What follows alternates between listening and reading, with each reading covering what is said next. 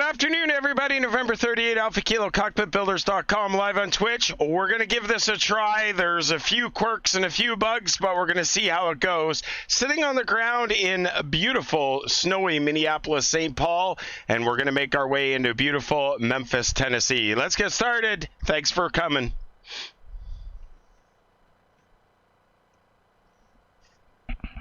Good afternoon, Eagle County ground, KingAir 8 Alpha Kilo. We're at the ramp ready for taxi, runway 25.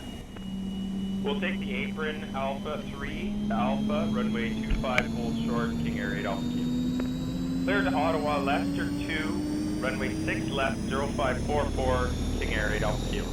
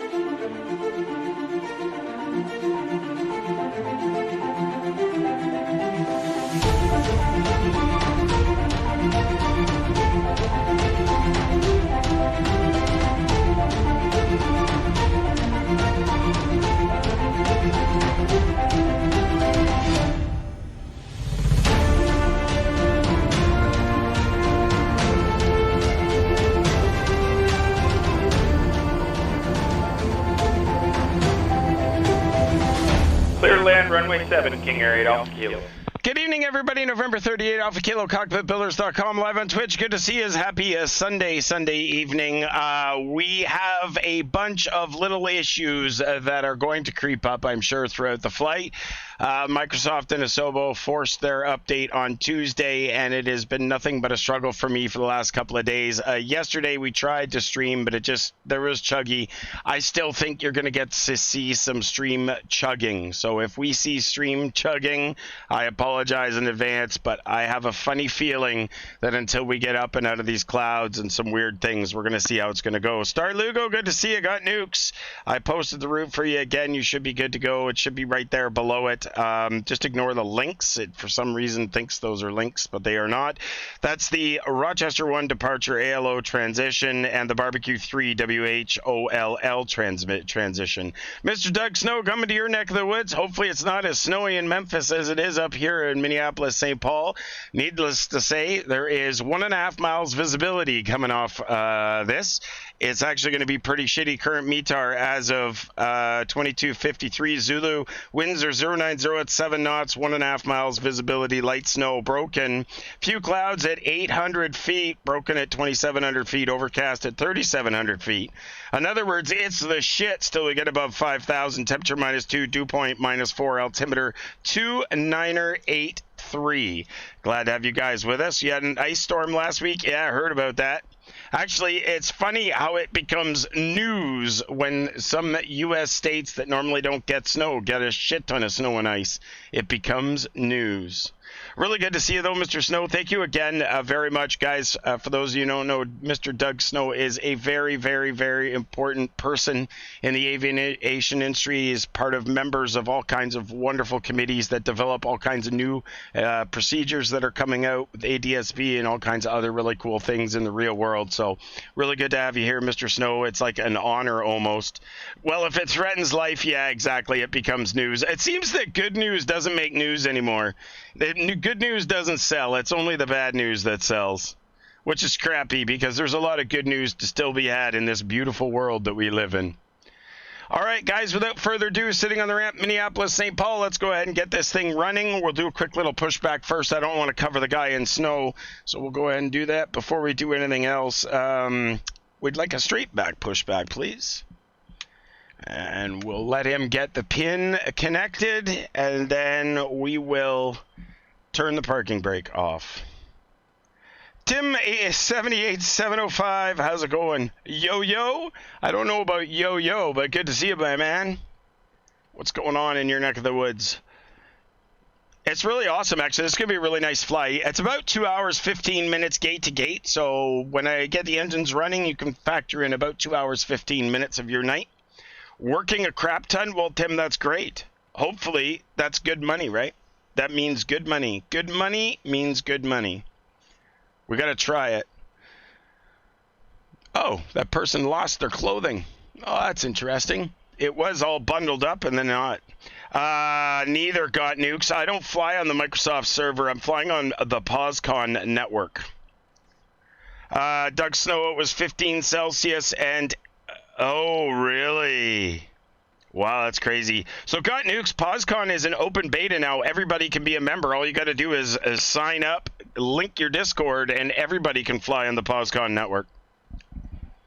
Everybody is welcome to fly on the POSCON network now. Melting. Yes, it is definitely melting. 15 Celsius is quite nice, actually, but according to this, it's -2 in Minneapolis. We'll see what it is when we get to... Actually, I did print the one. Actually, we can stop there. That's probably far enough, lady. Parking brake is set. A METAR for Memphis I've got as of 22:54. Winds 170 at 9 knots, 10 miles visibility, 4,000 scattered, overcast at 6,000. I got temperature 11, dew point is 4, and the altimeter 3007. That's what I've got right now. I'm sure it's going to change slightly before we get there, but we'll see how it goes. All right, we'll definitely put that there for now because we do not wish to lose it. And let's get these Pratt & Whitneys fired up. All right, parking brake is set. Battery is on. Nav lights, beacon lights. Cabin signs are on. Bleeds and blowers, they're all off. Props are all the way forward. And let's go ahead and start. Number one tonight. Number one, here we go. We've got left ignition start and one rotation. ITT's rising. Oil pressure's coming up. Fuel pressure is good. Oil pressure light is good. And through 10.5, we watch the prop begin to spin. Through 12.5, in goes the fuel. Coffee will come as soon as I get an engine running with the generators on, Mr. Spence. Hopefully you're feeling better, buddy. Fuck, I missed you last night. I felt like a two-sided sword that only had one good side on it. Thanks, Scotty. Mr. I destroy fish sticks. Funny as shit to watch. All right, we've got the ignition cut off. Master caution. Switch over to Gen 1. Gen 1 comes on. We get the load. We got the voltage. Gen 1's going off. KK, I am not. Yeah, you are, Spence. Hell of a lot of fun to watch. All right, charge is good. Battery is good. We're in the green, and here we go. Number 2.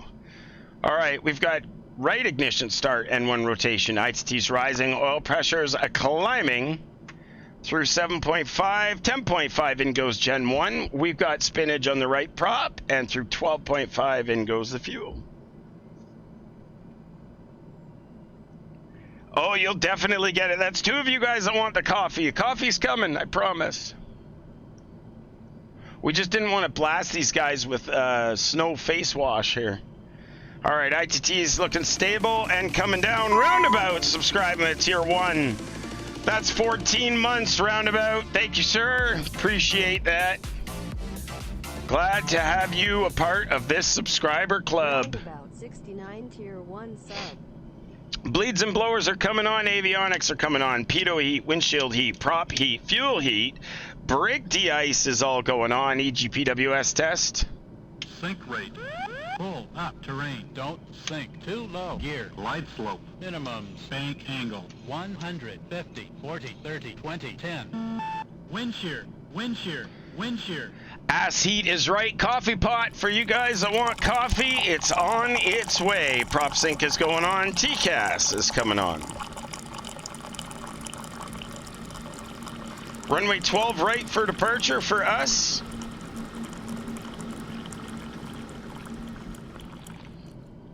And a shit ton of snow is going to blow around here.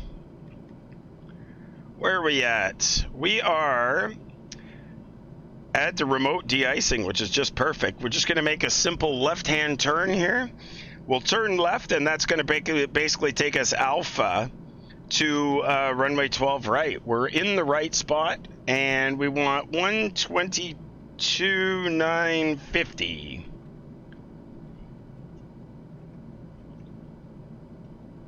I'm not sure if the audio is going to need a disconnect and a reconnect, but we'll see.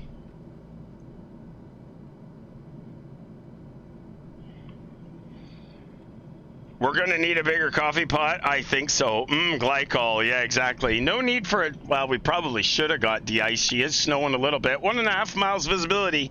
Not so good. All right, let's flash the parking lights here, and away we go. Those can come up. 1 notch flat, please.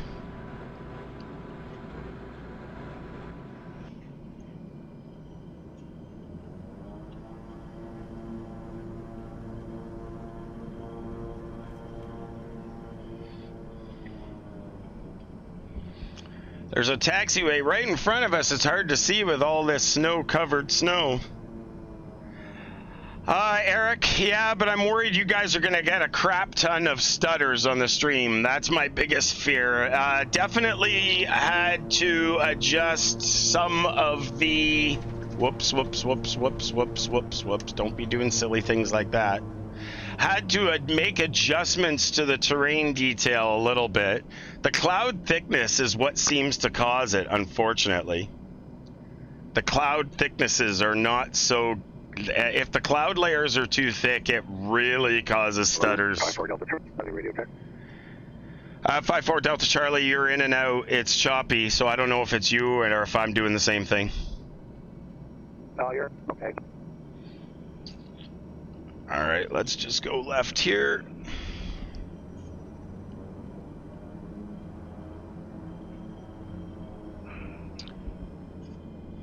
St. Paul traffic, KingAir November 30 Alpha Kilo. We're going to line up and wait runway 12 right for departure to the south, St. Paul. Roger, November 5-4 Charlie is lined up and waiting at runway 12 right for departure. All right, I'll just hold here until you go. Give her. I'll wait and watch. Holding short, go ahead. Okay, you're going to hold short, no problem. KingAir 8 Alpha Kilo proceeding on 12 right, departure to the south, Minneapolis. Don't waste the coffee de-icing the wings. Do not worry, I will not do that. All right, bleeds and blowers, they're going off. Taxi lights are going off. Landing lights are going on. Strobe lights are going on. Everything else is good. 1 notch of flaps is set. Trim is set. I see drone over there on my right.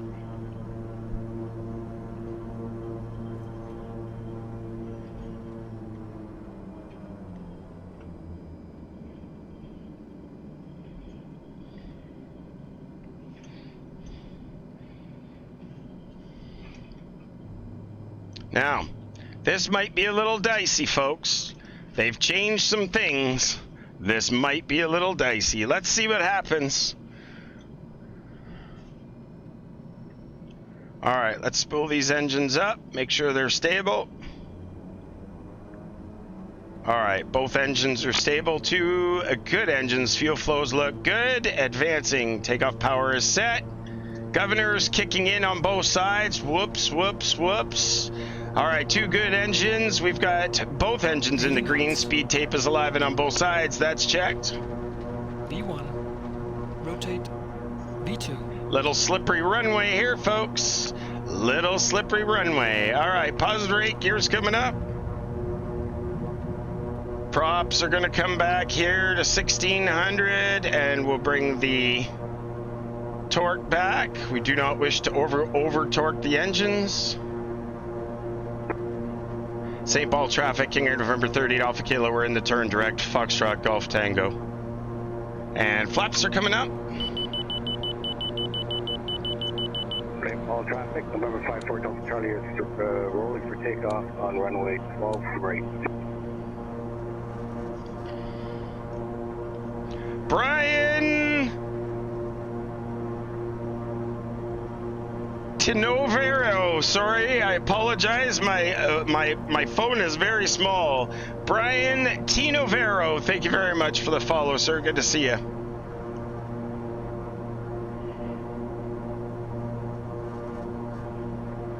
Ooh, speed's too high. Bring that speed back, please. Yeah, it does do pretty good with snow scenery, but especially with only 1.5 miles visibility.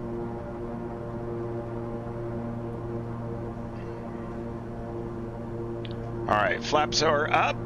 Auto feather, auto ignition is off. Bleeds and blowers are going back on.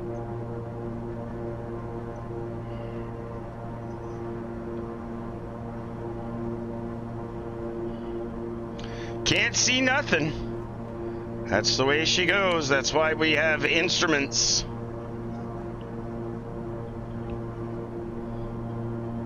Instruments, you fly by your instruments. That's the way it goes.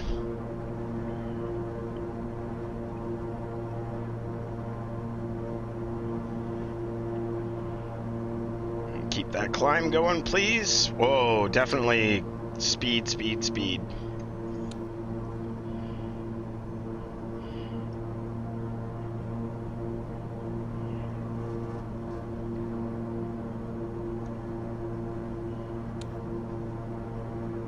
Supposed to be 8,800 at Kelvin, probably or below.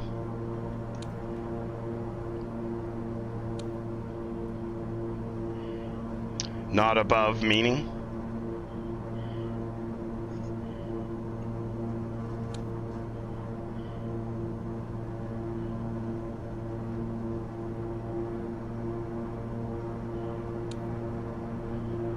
$6,700, my error.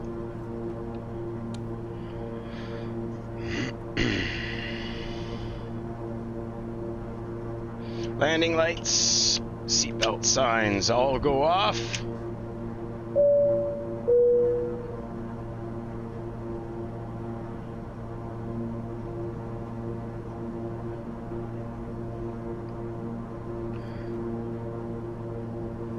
There's 5,200.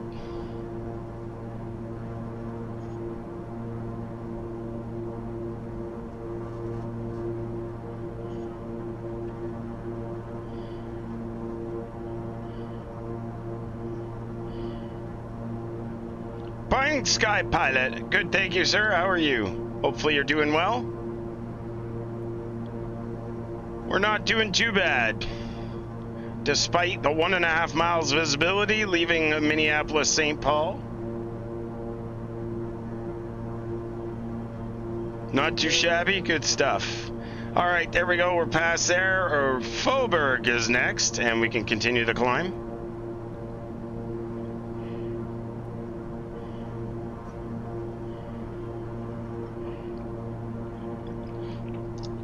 We were supposed to break out around 5,000. We've done that, 6,600, so it's not that far off.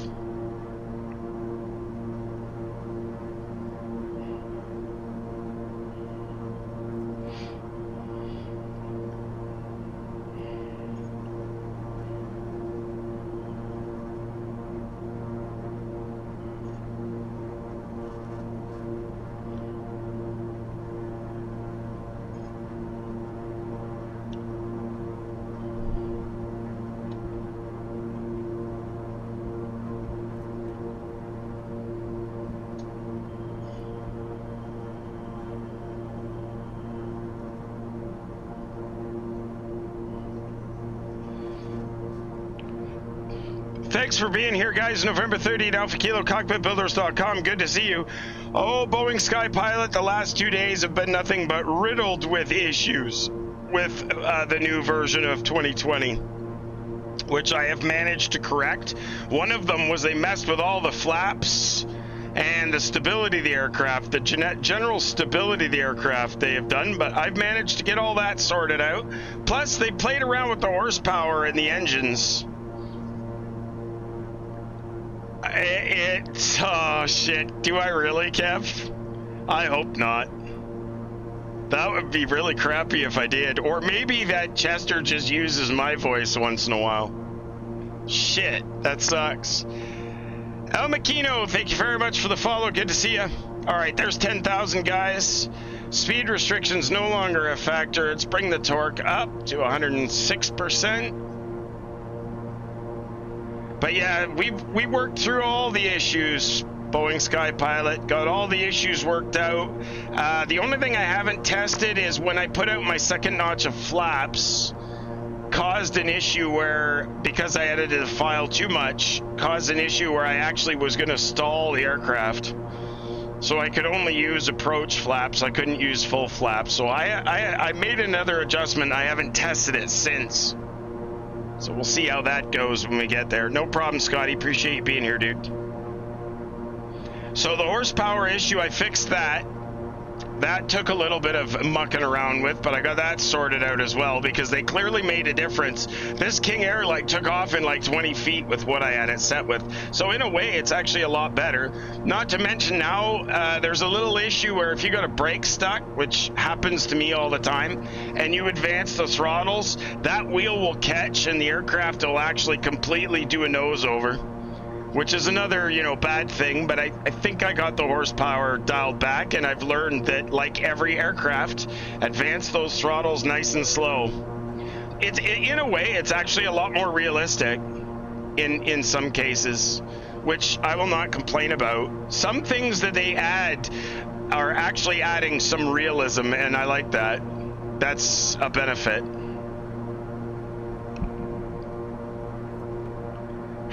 Stop it, Kev. That's not the case. Somebody last night, was it last night or in the Saturday morning ATC stream, was trying to get me to do an entire Chester flight. I don't think I could do it. I wouldn't be able to keep a straight face, especially with air traffic control. There's no way.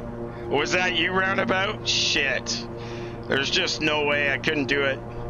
I would die. All right, brake de-ice is going off. We can turn the prop anti-ice off now. We're out of the clouds. And we'll just keep an eye on the wings left and right and make sure they don't ice up on us.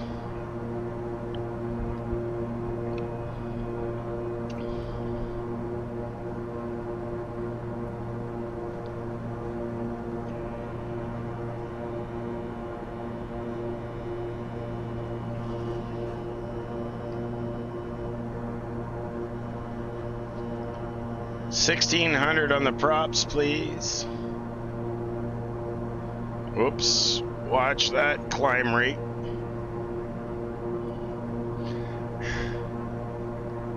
And here I am with a cheap Sci-Tech Hottest. Yeah. What type of yokes do you use, Cockpit Builders? Beechcraft? 18,000 both sides are going to standard. It's all good. We all start somewhere. We all start somewhere. Excellent, Eric. I'm glad to see that. And hopefully it's documented well enough for you to understand what I'm doing. And really it's FESIS code that's been transferred to me that I've made some changes and then passed on to you. So it's actually legitimately, it's FESIS code. It's got nothing to do with me. Crooner! Everybody look out! Our friend Crooner, 777, coming in with a party of 17. How's it going, my man? What's going on, Mr. Crooner? Hopefully you got things working a little better now and that things are going real well. Welcome, welcome, welcome. I'm doing okay, Crooner, not doing too bad. Suffering the ups and downs of Microsoft forced updates, but we're doing okay. Actually, you know what?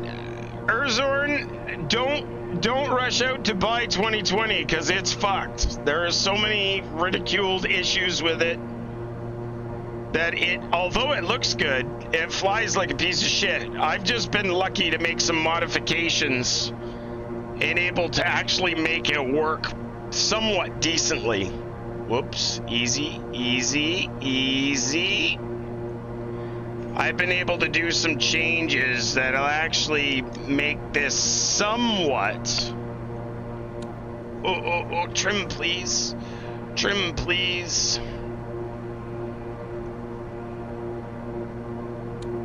Thank you very much for the follow, guys. Appreciate it.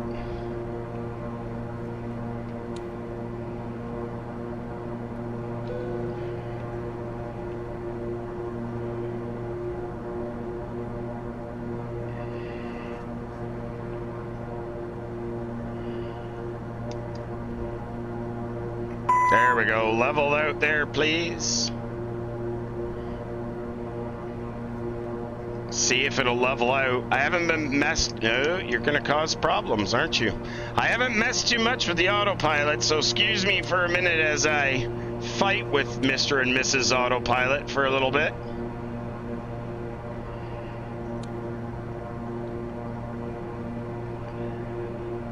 Nicholas C, thank you very much for the follow, and Martin Mapex, thank you for the follow. Got 2020 day one loaded up 3 times so far. Awesome. Nick C subscribing with Twitch Prime. Thanks very much, Nick C. Love it. Absolutely incredible. I don't know what's going on here. We'll have to see if we can. Oh, we might be all right now. Maybe got her locked in now. We'll see what happens if she's going to level off here or what's going to happen. Thanks very much, Mark Mapex. Yeah, it's pretty good. She's a real Beechcraft Model 99 converted into a KingAir 350i. She's settled down now, thank goodness. Now we just play with the torque. She's a little high. 112% is not where it needs to be. No, it does not fly itself. That is for damn sure. There, torque locked in. Oh, don't go over 109, please. All right, we're 12 miles out of RST. We're a little higher than we should be. I'm a poet and I don't know it.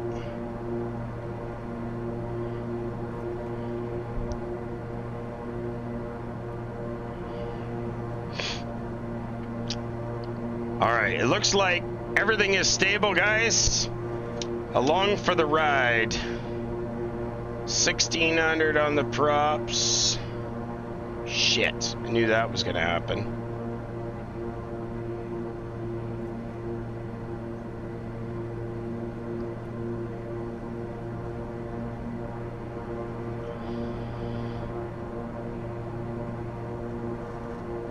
DCS, I haven't flown much in the way of DCS. Like, I don't need another simulator to try and mess with. I'd probably want to build, like, something else. Do I fly in real life? No. Many years ago, I started my pilot's license, but some bad shit happened, and I just never went to it, so no.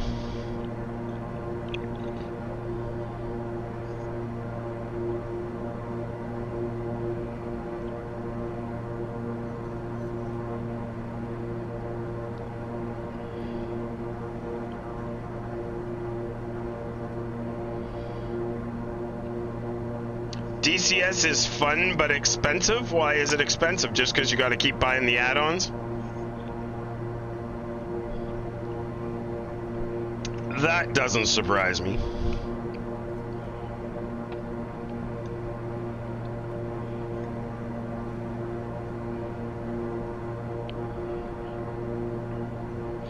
Thanks very much for hanging out with us. November 38 Alpha Kilo. Whoa! Cockpitbuilders.com. What is going on there? Alright. I have to make an adjustment. Something, the mouse moved. Something came off the mouse and something changed.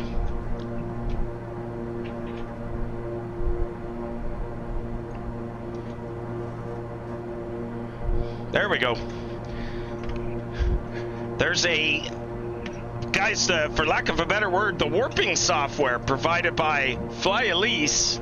It's amazing. If you want to put in all kinds of projectors, multi-view systems, or anything like that, you definitely need to use the amazing software from Fly Elise NG. They make some incredible software for warping the image on curved displays. But this wonderful Microsoft Flight Sim 2020 update that we got on Tuesday has seemed to have messed with that slightly.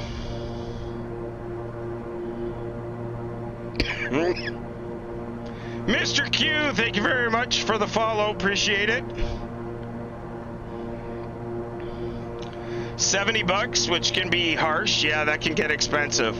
Where do you start building something like this? It's mad. Oh, you just start from the ground up, one piece and one switch at a time. Exactly, Roundabout. If you want warp piece, then fly Elise.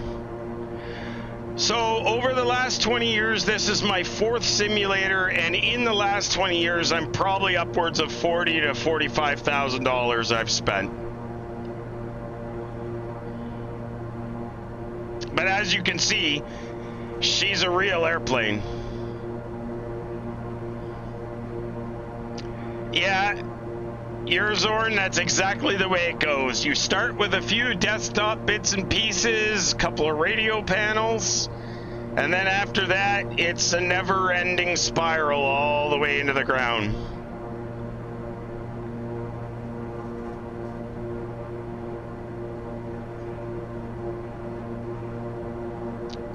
Exactly. You got it. Then your family leaves you, you lose your job. No, hasn't happened, Roundabout. The alpha control pedals and throttle, but that's it at the moment. Yeah, well, you know what? It's just a little bit each time. You always just add a little bit more and a little bit more. But it is honestly never done. Here's Zorn, that's exactly what it does. You go to Amazon and your wallet starts yelling, don't sink, pull up.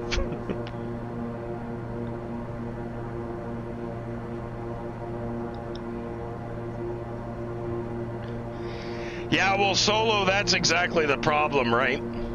For some bloody reason, people price gouge in a time of need, which is ridiculous. It doesn't make any sense to me why people need to price gouge.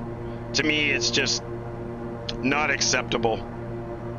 Not acceptable at all. Thanks very much for hanging out with us, guys. November 38, Alpha Kilo, Cockpitbuilders.com. We usually stream 3 days a week, but we've taken the last week off. Saturdays, Sundays, and Wednesdays are our days to fly. Glad to have you guys hang out with us tonight. Making our way to a beautiful Memphis, Tennessee. Progress page shows 547 miles.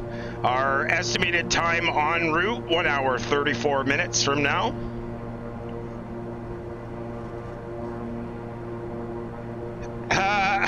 That's actually, dude, that is super funny. Obviously, back when I was a lot younger, used to think of things like that. Nowadays, you don't. Not required.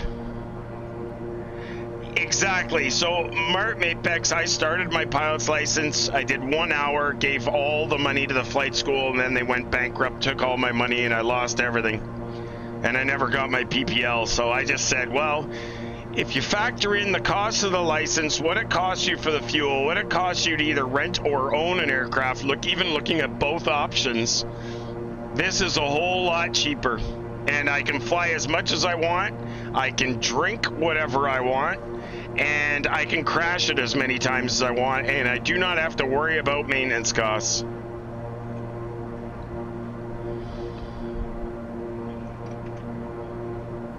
I can do it from the comfort of my own home.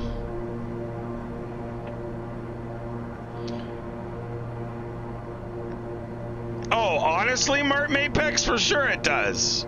But it's not real flying. If you actually have a reason to go, but really weather, no effect. Weather doesn't affect nothing. Don't have to worry about anything. They might, Urzorn, they might. They definitely might complain for sure. But this, the biggest complaint I get with this is constantly trying to make it more realistic. I'm always trying to add more realism to it.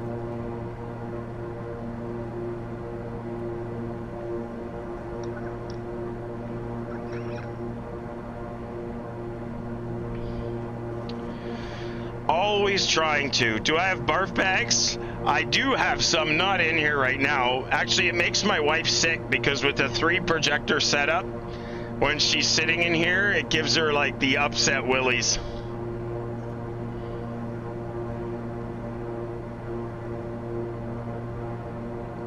ALO is next, 38 miles out of ALO. You're going to the US to do your CPL in the summer? Perfect. November 5-4 Delta Charlie, KingAir 8 Alpha Kilo. Motion sick when you just have the TVs in there? Worse with the TVs. I'm going to try and switch over to 123.45. Roger, 12345. So Scotty, I actually, come to think about it, I don't know if she's tried it with the projector. I don't know if it'll be better or worse. She definitely got sick in here with the monitors. But now that I think of it, I don't know if she actually has been in here since I added the projectors. You've only had them in there for, what now, 2 months or something like that? Or well, it was the beginning of January that I put them in. So, fuck, not even a month, really. Wasn't it over my Christmas holidays? So end of December.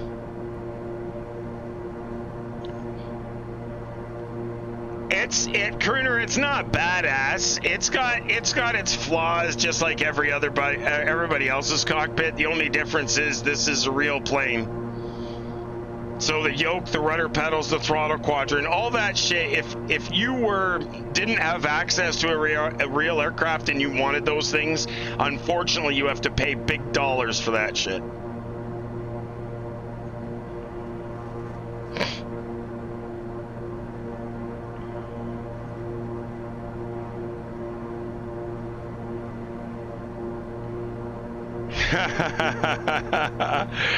Yeah, I don't know, Erzorn. It's not quite like that. My wife supports my hobby, and she's got no issues with it. I don't know if it puts your sim to shame, Crooner. It's just different, right? It's just different. It takes me longer to get places. You can do the transatlantic shit. I have to make like 3 stops going over Greenland and Iceland to get to over the ocean.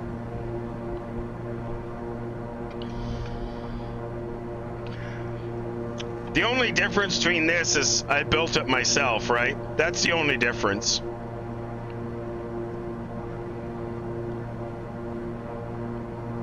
Yeah, exactly, Erzorn. I could do that. But I try. From the guys that have been following this stream for a long time, we always depart out of the airport that we landed at with only a couple of, let's call it, minor adjustments. But I like to do it as realistically as I can.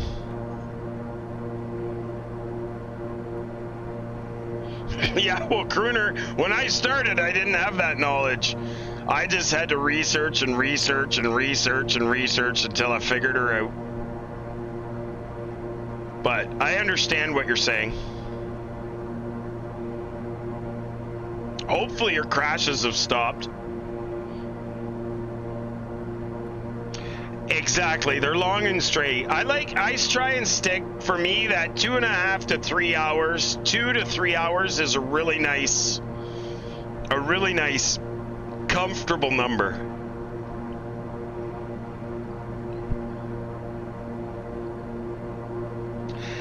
Two and a half to 3 hours is a pretty good, or on a Saturday night, I like to push it maybe 4 hours.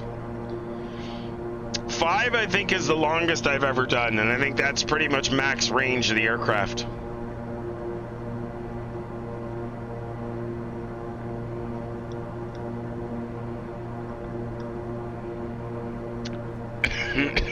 So, Mart, if you're talking about like a motion platform, I don't have the space in the building I'm in for that.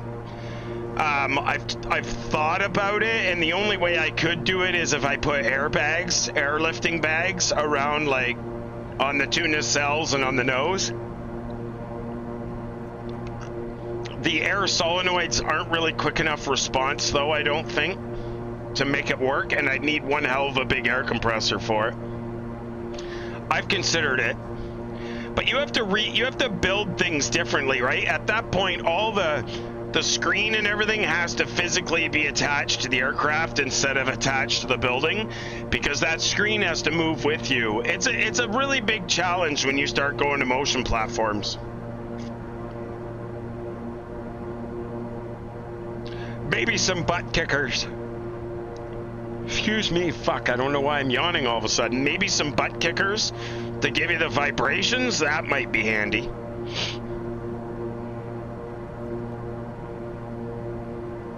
Exactly. So my malfunctions are pretty basic, but it would be really cool with multi-pilot operations to be able to do proper checklists and proper ways of dealing with some of those failures. And I obviously eventually want to add a crap ton more failures.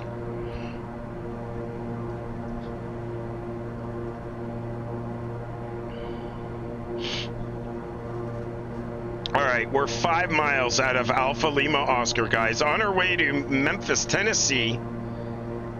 It's going to be nice. The weather should be a lot better in Memphis than it was in Minneapolis, St. Paul.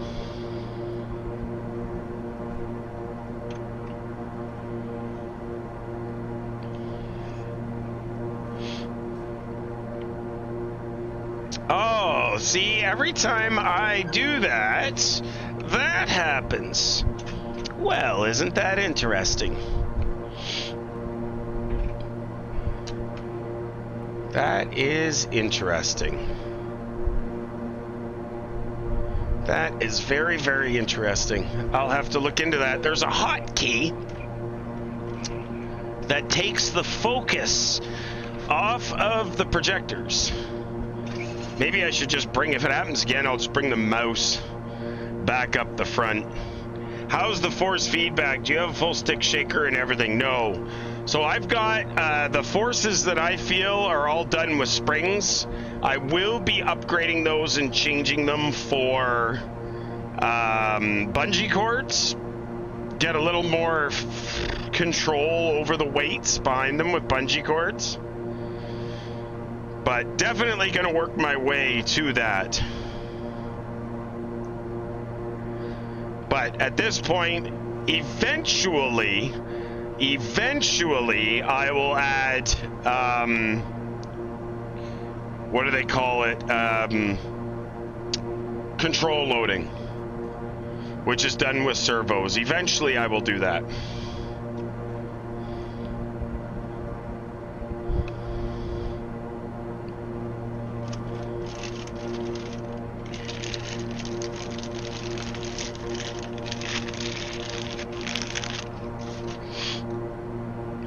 If you have any questions, guys, don't hesitate to jam in the chat. We're always happy to answer your questions as best we can.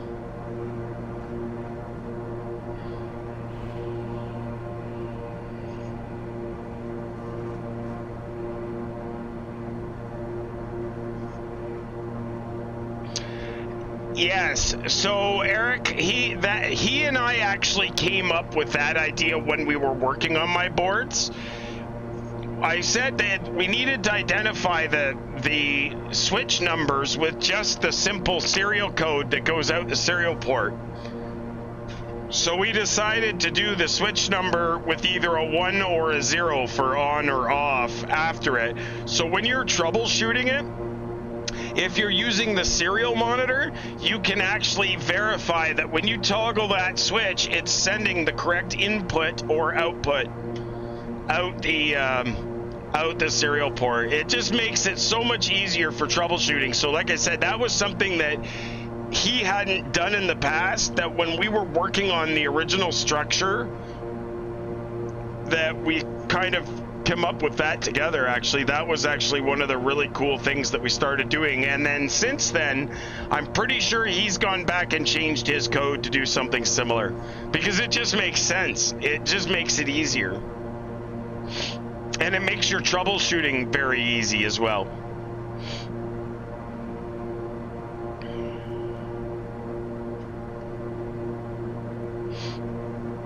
That was the type of thing that I loved. When Fess and I get looking at code together, we come up with really good ideas. Obviously, he has a lot more gooder ideas, and I know that wasn't proper English, but he has a lot better ideas than I do. But, you know, sometimes I come out with a good idea, and when the two of us bounce it off each other, it kind of helps the coding process. But he is definitely 400 level coding, and I'm like 10 level coding. Where Fess really, really shines is he's smart enough to put really good tabulation and really good commenting in all his code. So that when you go back to it a year down the road and you go, why in the fuck did I do it this way? Then you know why. He is an absolute coding machine, Fess is. An incredible, incredible coding machine.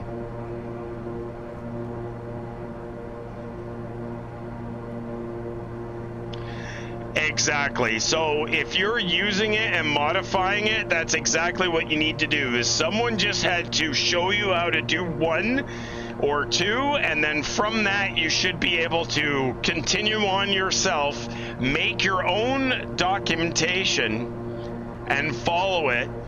And then, you know, you should be able to just keep going. And once you understand how the structure works with the Lua, there is nothing that can stop you. You can just keep trying new things or go do some research in the Lua documentation for a different function. It's totally incredible. Absolutely 100% amazing. Yeah, without the geekforge.com, I would be fucked. I mean, I had some code working beforehand, but it wasn't near as efficient. Fess actually convinced me to rip all of this out. I had it all working, rip it all out, strip it down to the bare metal, run 9,000 feet of single-strand copper wire in here, and connect it all to Arduinos and throw my old interfaces away. And I was scared as shit to do it, but then once he showed me how to do a couple, man, within 3 weeks, 2 weeks, I had the thing back up and running, and it was awesome. Yeah, so now that's beyond me, Eric. That's totally beyond me. I have absolutely no idea how that shit works.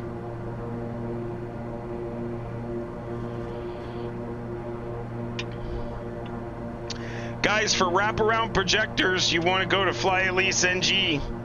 That's where you want to get your software from. Immersive Display Pro and Immersive Calibration Pro with the ultimate license, about 480 euros. It is absolutely incredible. If you want to do projection screens, that's the way you want to go.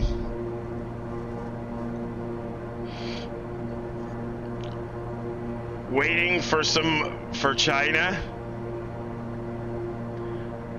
Yep, that's the way it goes. Ooh, a little bit of wind shear.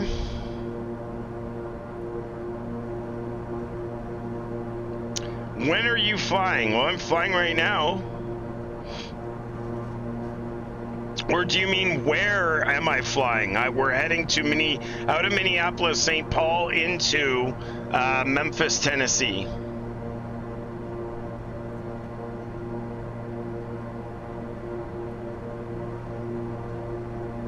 All right, fuel flows look good, fuel pressure is good, batteries look good, the charge looks good, fuel quantities are good. Everything else is looking like it's good and in the green. We got a 19 knot tailwind, 347 over the ground, not too bad for ground speed.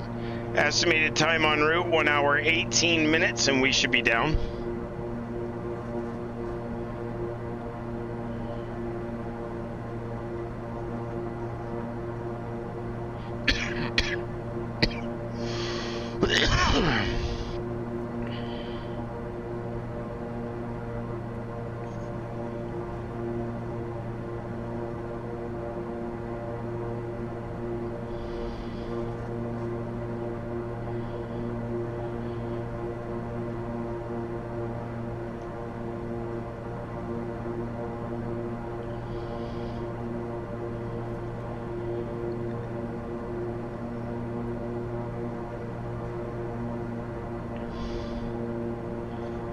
All right, everything else looks pretty good.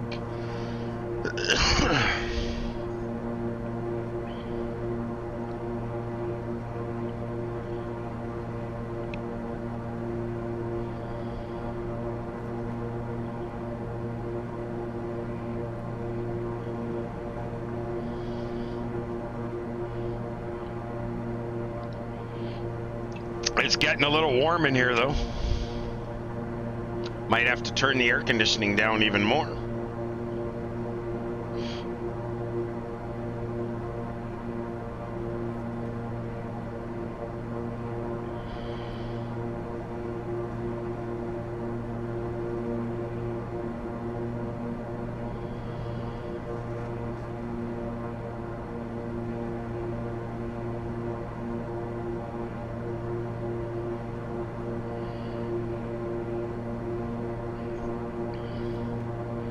The sound of the Pratt & Whitney PT6A engines.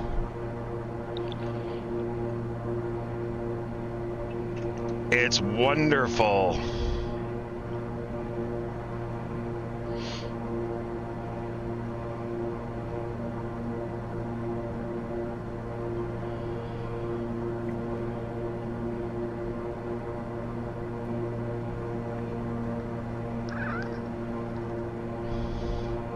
Exactly, Solo. That's exactly what it is.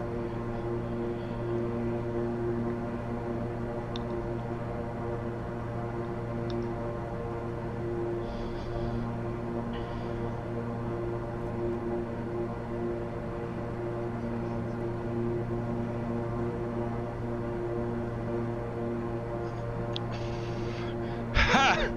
That's super funny. Well, I guess it also depends, though, what you're into, Solo. I'm sure there is some that would disagree. 2,500 people or 3,500 people at a time, I'm sure they can't be wrong. They can't be wrong. The people that like to sit there and watch her sleep, apparently. Oh my God, she'll stream while she's sleeping? Wow, that is crazy. I can't even imagine that, Scotty. Neither could I. To me, I would feel like a creep sitting there watching that. Oh, for sure. But even though, like, I think if I was her, I'd feel like a bunch of creeps were watching me. I don't think I'd be able to sleep. I mean, I'm pretty lax with streaming. I really don't mind, but I don't think I could do that. I really, really don't.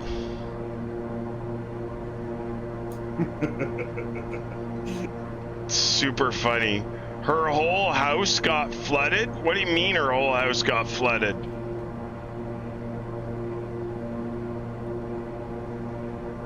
$2 to $3 million a year, she doesn't care. She clears that much? Really? Oh my God. Yeah, they are making bank, for sure they are. Mama bringing home the bankin'. She bringing home the bacon for sure. The pipes broke in the ceiling? Oh my God.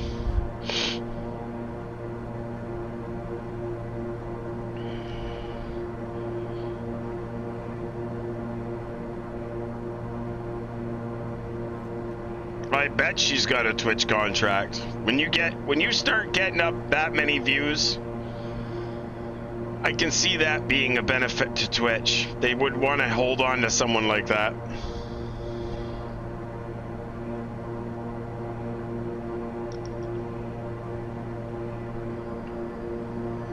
Where are we at here for airports?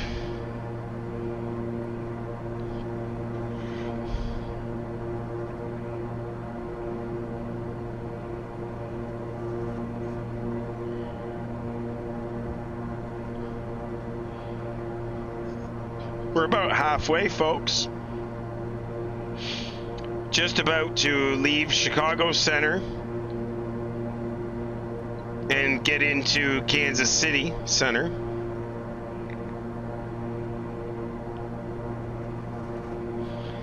Yeah, Solo, Twitch tried to put me on a contract, but I declined.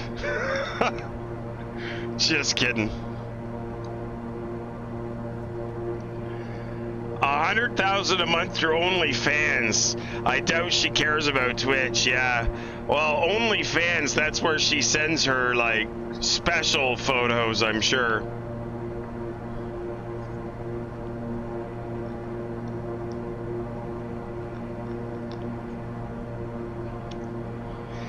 Right, it's the sum. It's not just what Twitch or what YouTube or what whatever make. It's the sum of all that, the sponsorships and all the other. It's the sum of everything that creates the amount of money that you can bring in.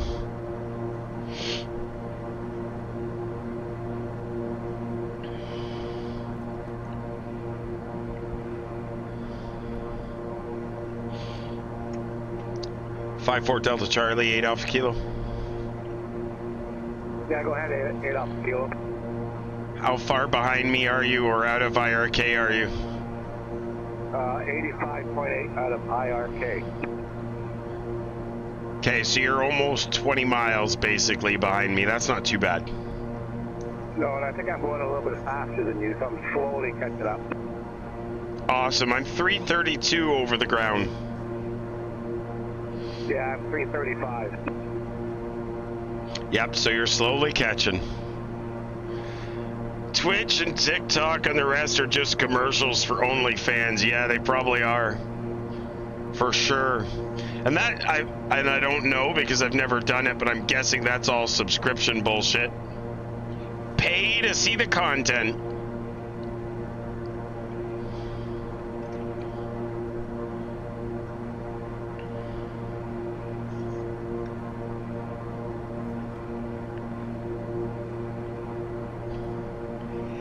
Anchor Jam, how's it going? Good to see you. Thanks for stopping in. Good day to you too, sir. Just cruising our way to Memphis, Tennessee. Shogun Travel, thank you very much for the follow. Good to see you.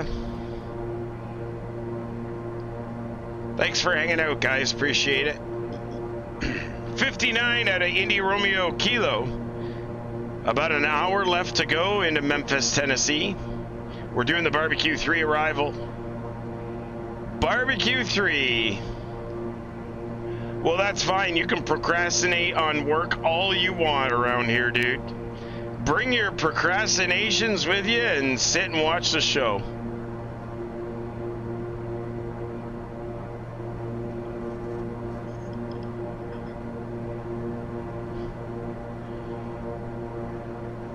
Scotty, have there been any stutters on the stream yet, or so far so good?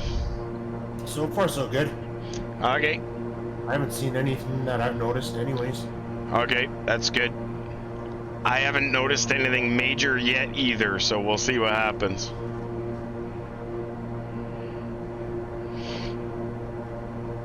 We start going down through the clouds again or something.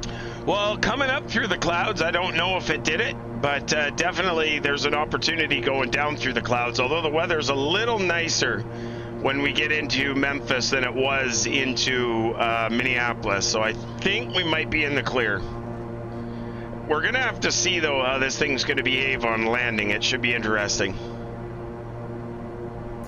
Heard something about, I mean, was it Solo that was saying something around the, I mean, when you set the flaps to flaps 2 or something, that it pollutes it more? Or? Yeah, so I have not tested since I made the modification, so I'm not really sure how that's going to go.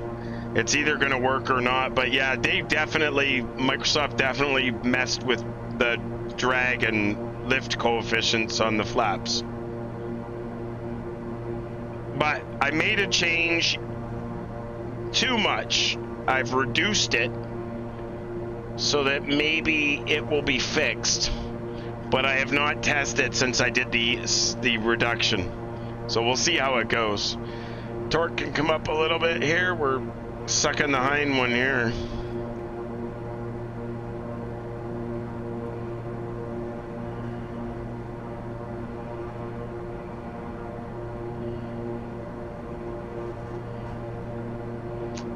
105 on the left.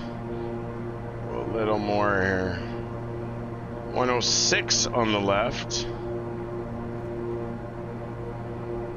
107 on the left. Ooh. 107 on the right. Looks good to me. The only thing I saw was on takeoff on the speed tape, and yes, it was only a few seconds during the climb where it stuttered a little bit. Okay, that's actually where the biggest part you'll notice it is on that. Mr. Snow says 170 at 9 knots, 10 miles visibility, scattered at 42, overcast at 6. Well, that's not too bad. Such a cool home cockpit. Thanks, man. Appreciate it. Appreciate your kind words. Oh, it did that again. It's almost like it's a timing thing. I'm just going to bring the mouse with me and then that'll fix that. It's almost like they loses focus. It loses focus on the window, and when it loses focus, that's what happens. This is something new that started happening since 2020 came out. So it's something I'm not sure what to do to fix it, but yeah, it's definitely something that's been happening since 2020 came out. With the update that just happened on Tuesday. If the window loses focus, my warping goes for a shit. It's definitely something that Microsoft has changed in the way they display the image. That's definitely having something to go with it.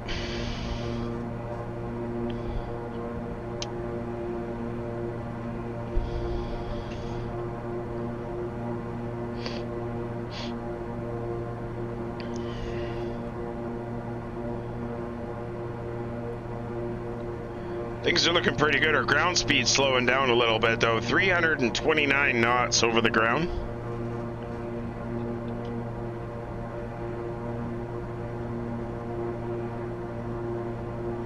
Fuel flows are still good and in the green. Fuel pressure, oil temperature is all good. Fuel quantity is back and good. Voltages all look happy on both generators and on the mains. We're good. You didn't miss nothing, Kev. Everything's good. Everything's good. We'll cycle the prop protection back on for a minute. Gonna cycle the boots on the wings.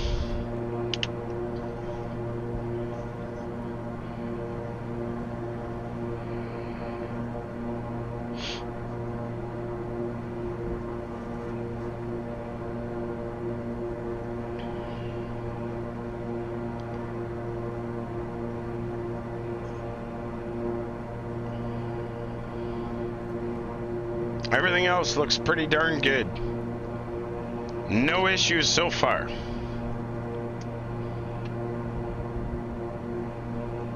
Thanks for hanging out with us, guys. November 30th, Alpha Kilo, Cockpitbuilders.com. Good to see us.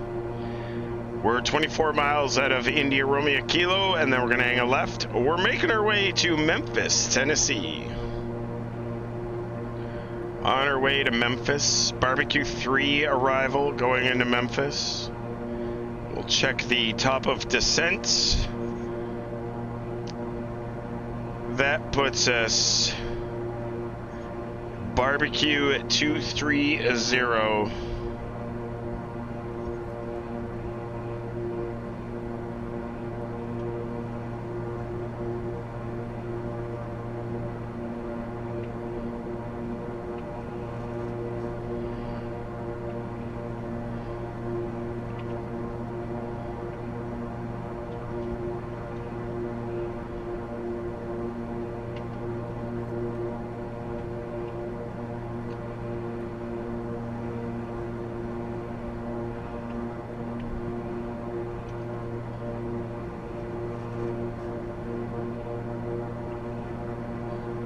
And then that puts us at Fincher.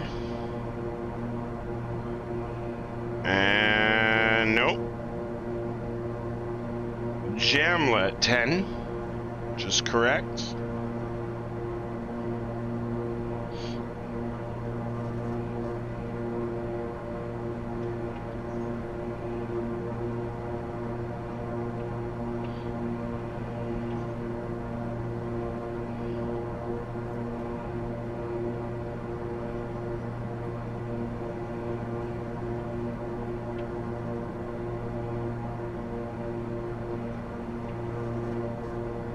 Why are you doing that?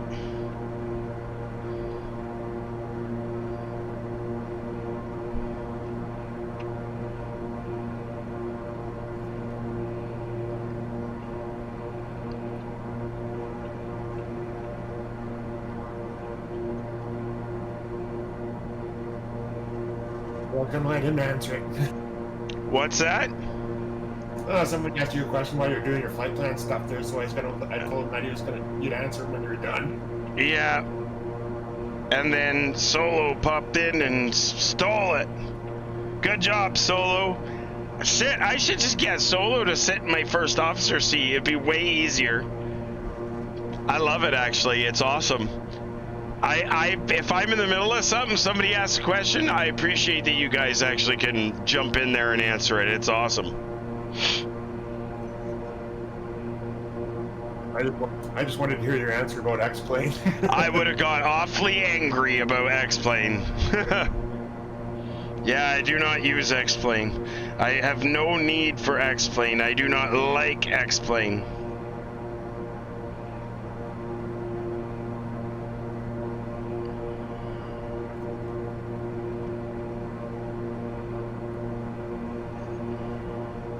I don't know why my FMC is struggling with this. 230B. Ah.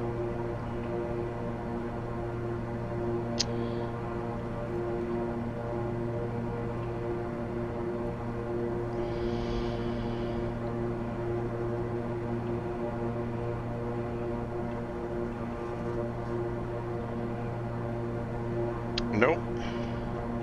Let's do it this way. Barbecue 3. Warhol 18 center. There, it puts that in.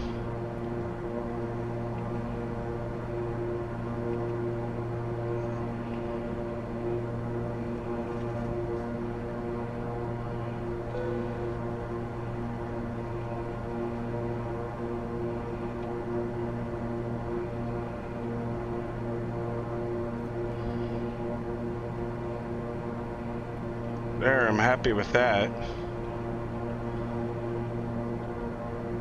I'm happy with that.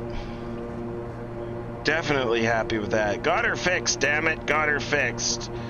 Top of the descent, 286 miles away.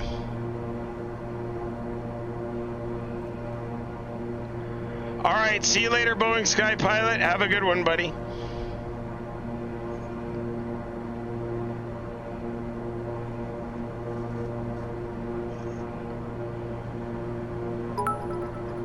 Thank you very much for the 200 bits. The 200 bits, Boeing Sky Pilot. Appreciate that. Thank you very much, sir.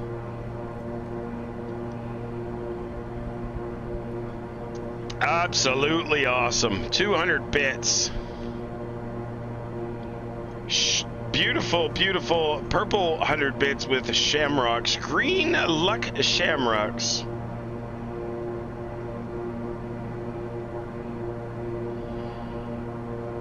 All right, we're looking pretty good there.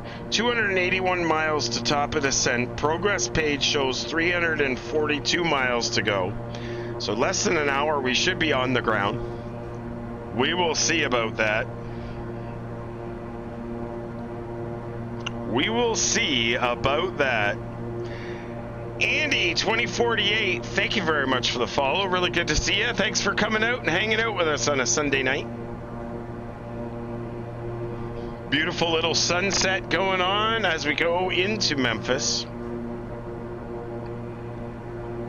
beautiful Memphis, Tennessee.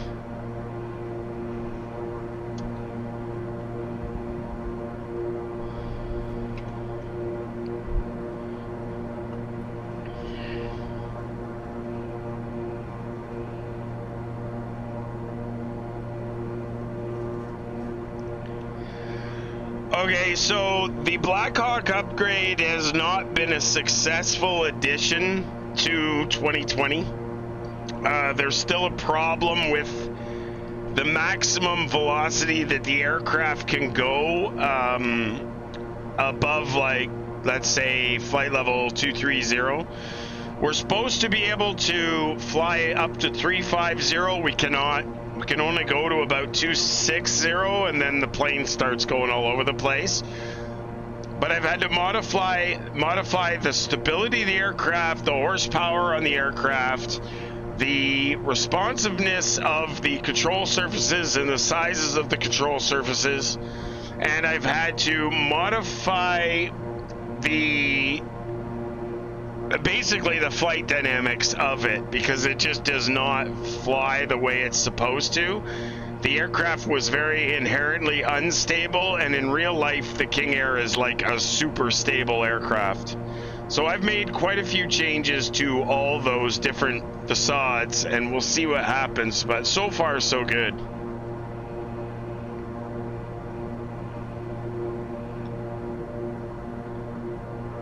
The Blackhawk upgrade is something that I do want to still do. It allows me to have about a 330 knot cruise, I think, something like that. It basically turns the KingAir into a corporate jet. It really does. It's in real life, it's a very expensive add-on. It changes from a 4-blade prop to a 5-blade prop, and you gain about 400 thermodynamic horsepower on the KingAir, and it basically just turns it into a Corvette from a Chevette. But I've run into some problems with Flight Sim 2020 in the way that they have in the background coded maximum speeds of certain aircraft, and they need to give us access to be able to change those things. Otherwise, we will not be able to change them.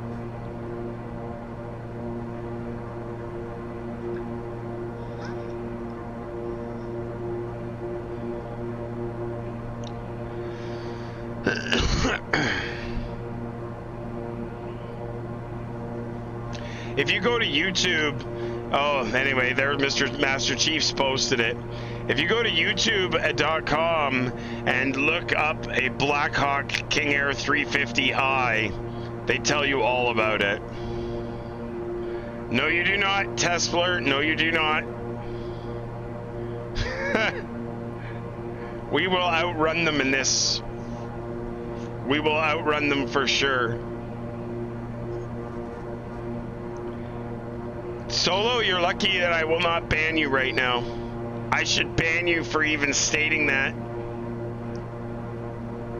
Solo, you're lucky that I'm not banning you, sir. Them's fighting words. Milviz. Oh boy.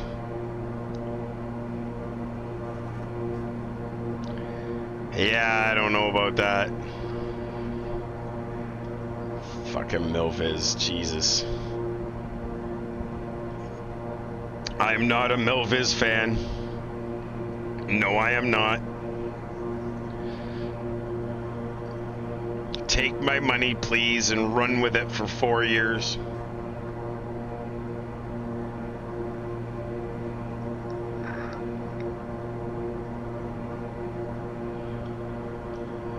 Alright, everything's looking good now. VIH, 91 miles, top of descent, 253. We're good to go. Thanks very much for being here, guys. Beautiful little sunset starting to appear on our right-hand side. And on our left, it's coming from behind us, obviously. Because it sets in the west, rises in the east. Otherwise, it would be right in front of us if it was morning. So the sun is setting behind us, and we're getting this nice orange glow right behind us.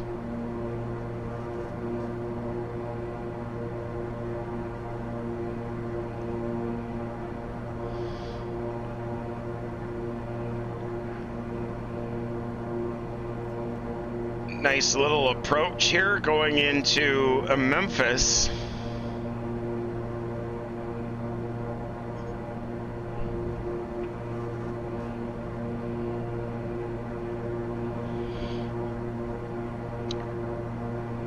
Above 10,000 at Jamla and below 23 at Barbecue.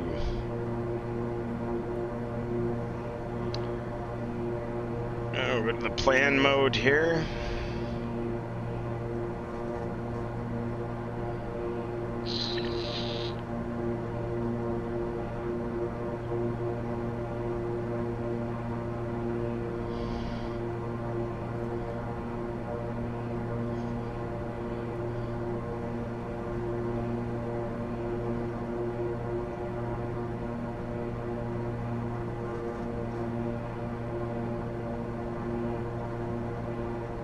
Yeah, it looks good to me. Makes me want to go back to Memphis. Well, that's good. Then we've done our job. Then we've done our job.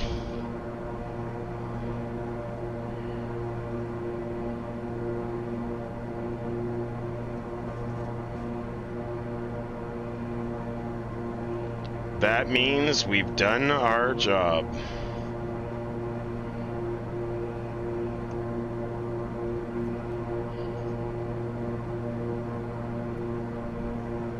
There's a guy who made one file that adds night lighting to airports in one go, instead of having hundreds of separate files. My new hero, really? That's interesting. Never heard of that. Definitely never heard of that.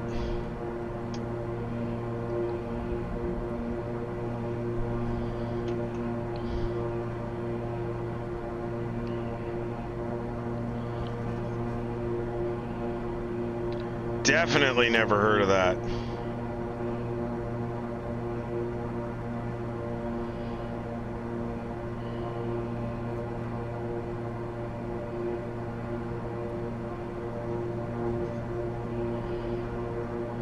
Thanks very much for being here, guys. Appreciate you hanging out with us on a happy Sunday evening.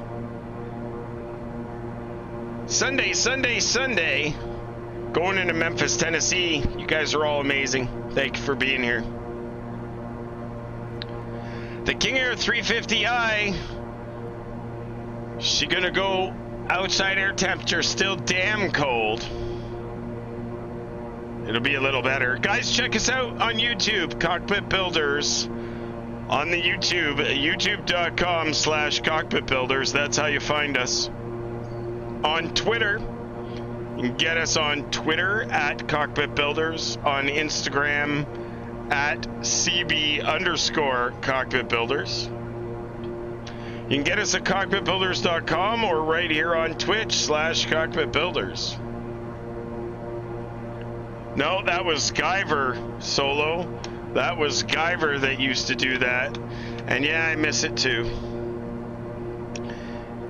Guyver departed us though. Not sure where he went or what he was up to, but he departed.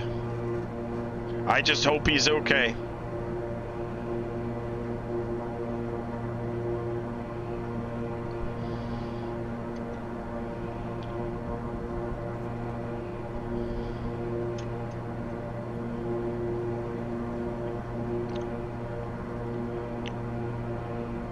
Sad Panda is sad.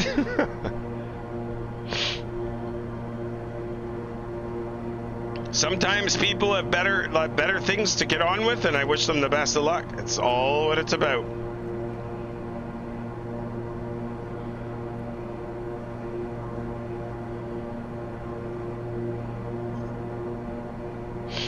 Yeah, I wouldn't mind seeing some information on that myself, Scotty.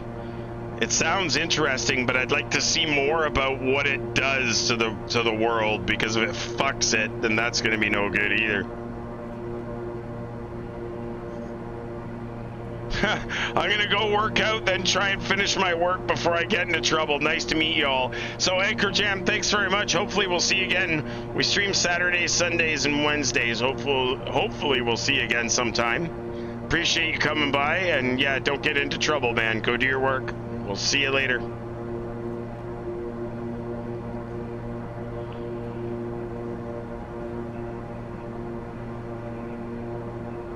So that's interesting. That's a free add-on. Scotty, what is it? Does it say or give a description as to what it does specifically? I haven't read it yet, but I'll take a look though. Well, if you're not in the middle of something else. No, I'm not. I was just watching your chat and that was it. But I can look at it though. Thank you.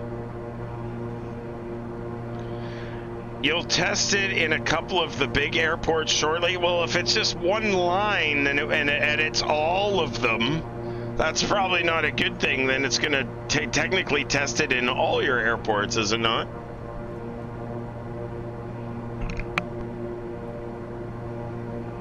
Yeah, all it says in the description is this file adds lights for the terminals of more than 150 international airports on all continents. For the terminals?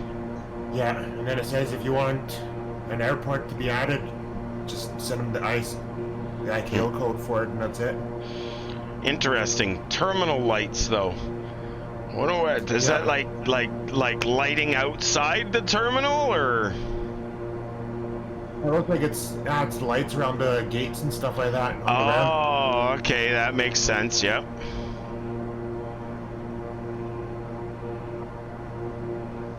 I guess he must have gone through most of the major airports that people fly into and just haven't added any more yet. Maybe, yep.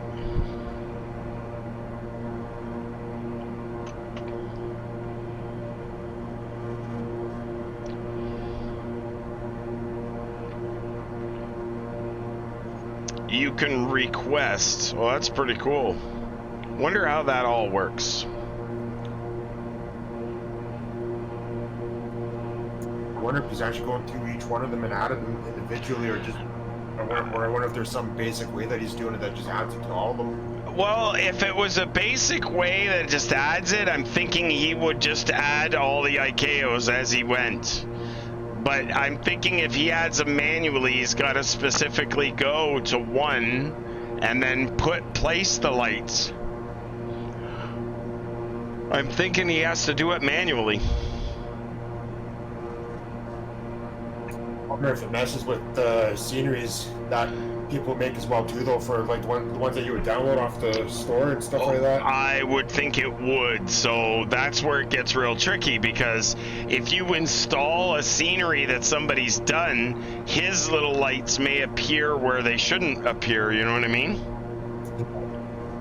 But generally, when you buy add-on airports, somebody's already done the lighting, so it really wouldn't be that big of a factor. Yeah, I just wonder if one overrides the other. That'd be the one thing. But I guess if it if it does a good job of it, I guess it doesn't really matter anyways. True.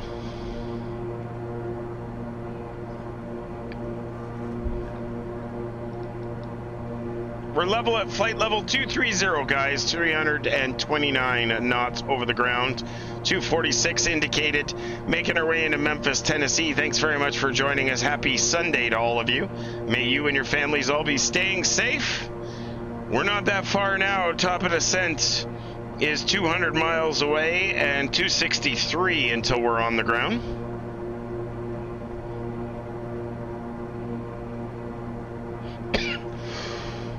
I'm probably going to start my descent a little earlier than what it wants me to. We'll see how that goes.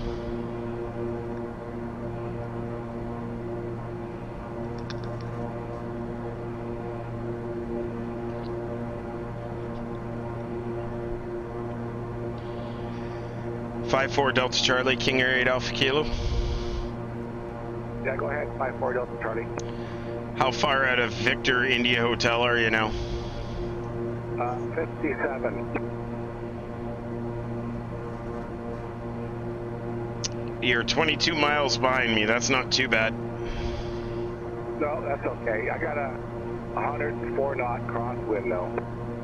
Yeah, and I've got a 23 knot crosswind right now.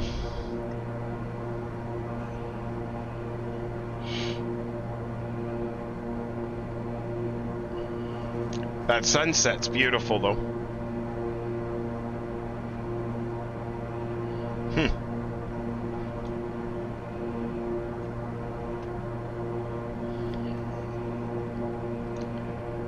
I took a picture of one a while back when I was doing a flight around here in 2020. And somebody seen a picture of it on my desktop one day and asked if it was a real picture. Oh, really? Yeah, there's certain times when you look at stuff where it does look like it could be real, but then other times you look at it and you can tell the difference, though. Oh, yeah, it just depends. If you get the right lighting and the right angle and the right everything, it can look so real.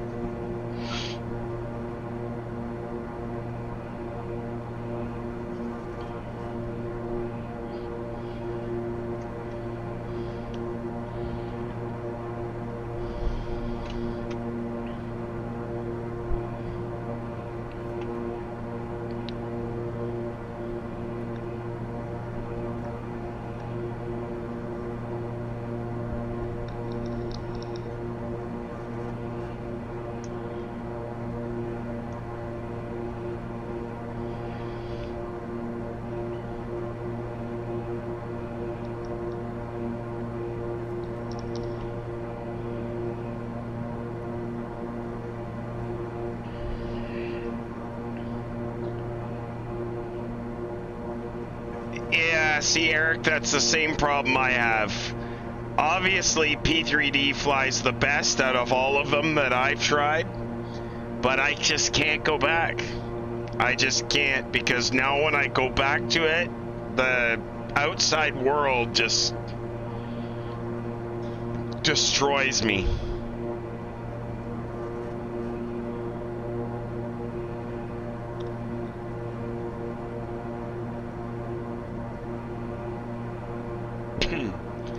You're 100% right. I'd rather look at the eye candy and manually do the fuckery to make it so that I can fly it, then go back to one of the others. I just don't want to go back. I just don't want to go back.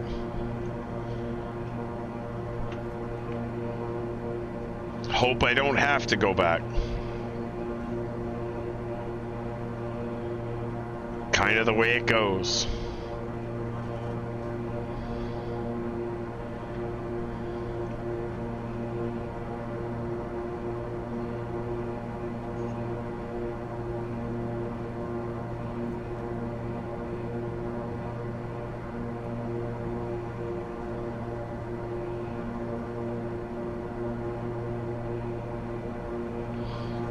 Batteries are good, fuel flows are good, oil temperature, oil pressure's all good, fuel quantity's good, everything's looking good.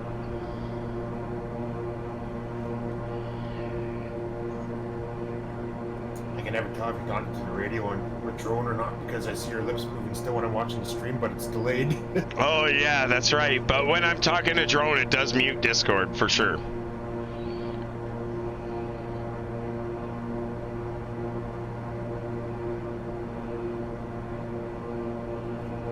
Well, that's the problem, Eric. It would be nice if they would share the technology with Lockheed Martin and watch what happens then. Yeah, RJP, there's a lot of stuff that's still in the works, and when you see the big boys start releasing stuff, then you'll know that most of the changes have stopped. These guys are hesitant because from 1 minute to the next, every update Microsoft does every 2 weeks, they basically changed core shit that would break all their stuff. The sad part is, it's just making themselves look worse because you would think that they would leave the core engine alone. Stop fucking with the core engine. Like, you want to screw with your airplanes and your autopilots and all that, fine. But they really need to stop fucking with the core engine and let the developers develop for it. Because every time the developers create something, Microsoft goes and changes it, it's borked.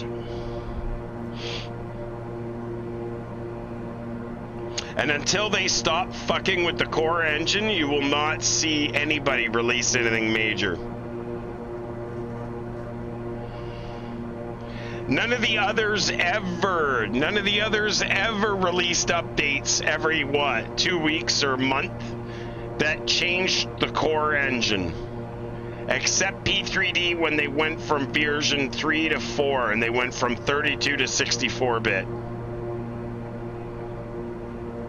That's right. And then the developers, when the plane breaks because Microsoft does an update, the people that buy the airplane go after the developers and say, my airplane doesn't work. And then it's a big scramble to try and fix it.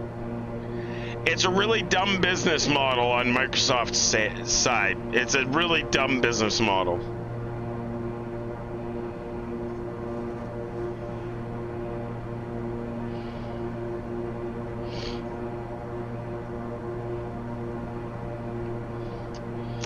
I'm almost all the time in the FS Labs A320 and think I will be a long way off before that level will be in 2020. Oh, completely.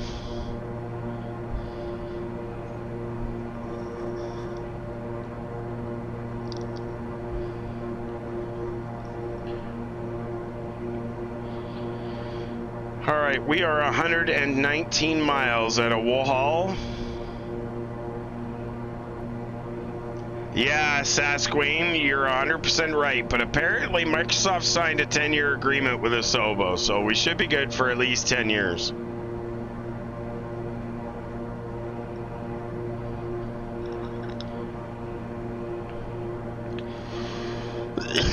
I don't know about the CRJ. I don't know anything about it. I haven't even tried it.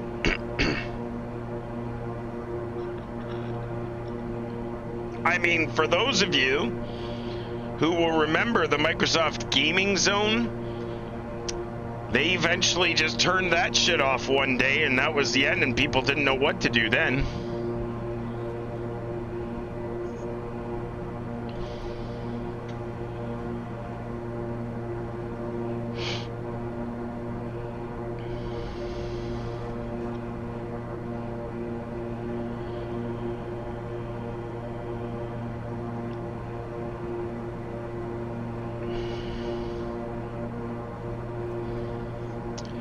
So now where are we at here? 247 knots, 329 over the ground. Thank you very much for hanging out with us, guys. November 38 Alpha Kilo, Cockpitbuilders.com, live on Twitch. Good to see us.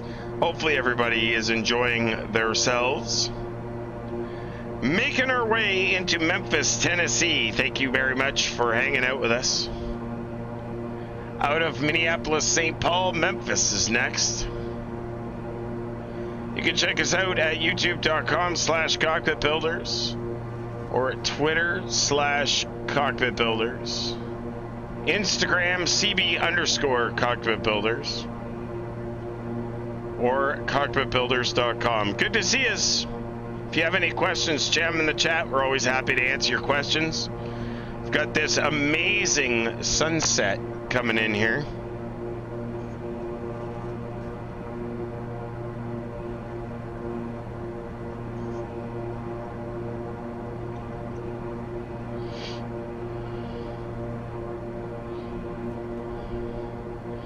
Red sky at night, sailor's delight. It's the way she's supposed to go. Can't thank you guys enough for being here. Appreciate it. Coming up on almost 100 miles at a WHOL, which is the beginning of the approach, the star. And then we should be good. We'll open another beer. We'll open another beer here. A beer for the landing.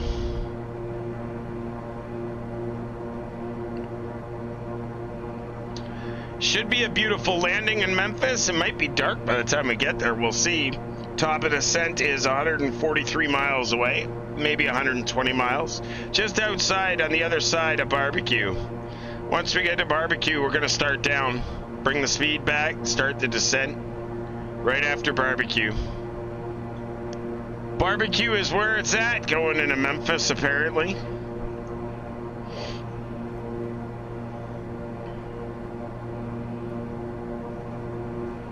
Aircraft is pretty stable. Fuel flows are good. Oil temperature, fuel pressure, and oil pressure is all good. No lights on the annunciators. The battery is good. Both generators are good. The overall main bus battery charge is good. Fuel quantities are good on both sides. Everything is good.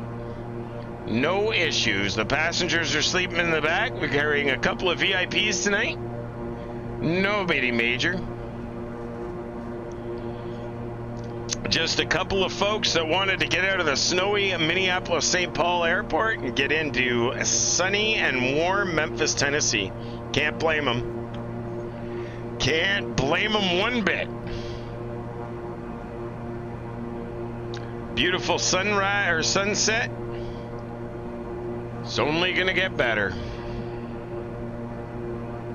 You're in seat 1A, Star Lugo. Works for me, dude. How about a fresh pot of coffee for you guys?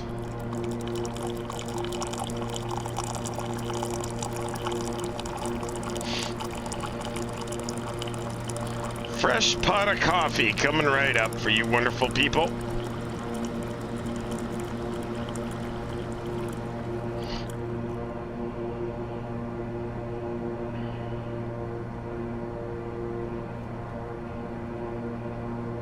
Great, now I have to pee. Be right back.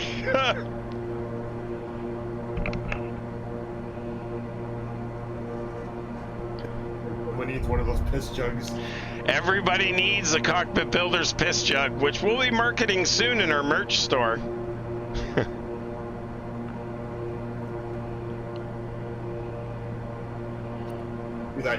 You'd be the only one to have that.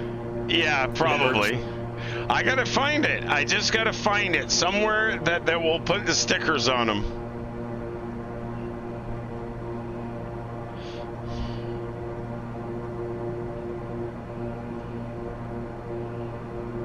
Well, RGP, that's just the way it goes. You think I'm fucking giving out my beer? You clearly haven't been flying along with us long enough now to know that, like, death would runneth over before I'm fucking giving anybody my beer. Water? Exactly. Are you nuts? Are you well, RJP? Are you well? Ruben MNZ, thank you very much for the follow. Appreciate it. Thank you for being here and enjoy. Hopefully you're enjoying the stream. Beautiful sunset as we go in. Uh-oh, that's not good. That's really not good.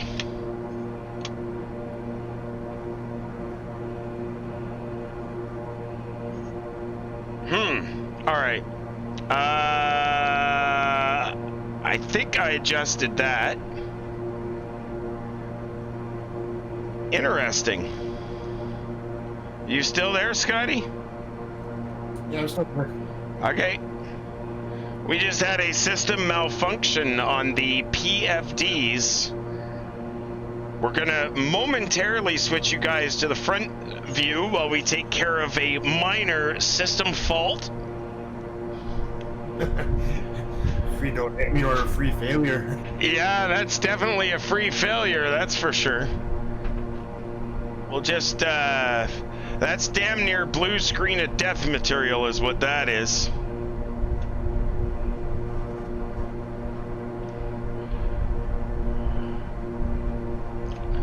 We'll see what happens. Hopefully when she comes back up, everything's gonna be happy, happy, happy. Give it just a second, guys. Just a second for everything to come back to where it should.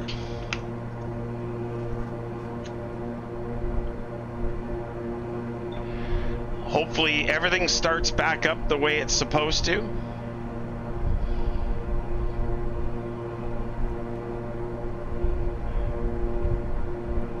She's a little warm in here tonight. I've got the air conditioning on, but maybe not cold enough in here.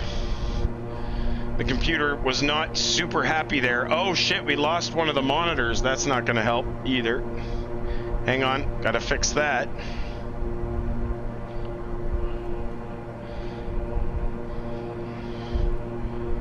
That's the USB monitor, I believe.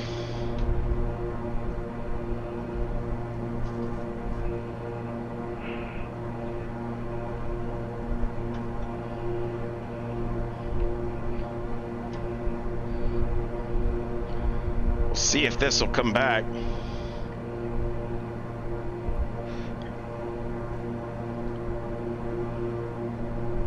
We have ways of fixing this, don't you worry. I mean, who needs instruments? We've done it before, right? Let me see if I can get that middle monitor to come back. Oh, she's up. Everything's happy.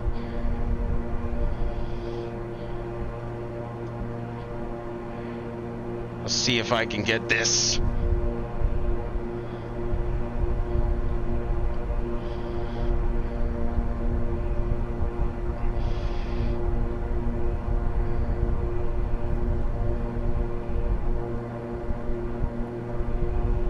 Now the question is whether or not... Yeah, I think I do have them mixed up. So let's do... this.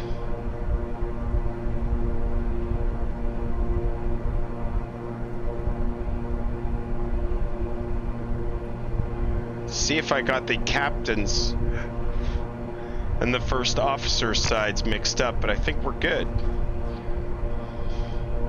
I think we're good. We may have her fixed, folks. Let's see what happens. We got a CDU fail light on as well, which is not good. Position uncertainty has come up, which is not a good idea. We may have to put the heading hold on for a minute just to make sure. Oh, she's just updated. Position uncertainty still on with the fail light. Give you guys back the cruise view and the PFD view. -4. It's not that cold outside, actually. What's really nice here, Solo, is she's above freezing. I think I may have the captain's and the first officer side PFD mixed up, though.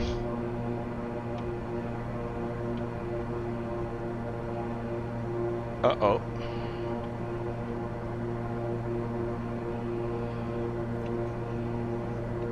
Yaw damper is good.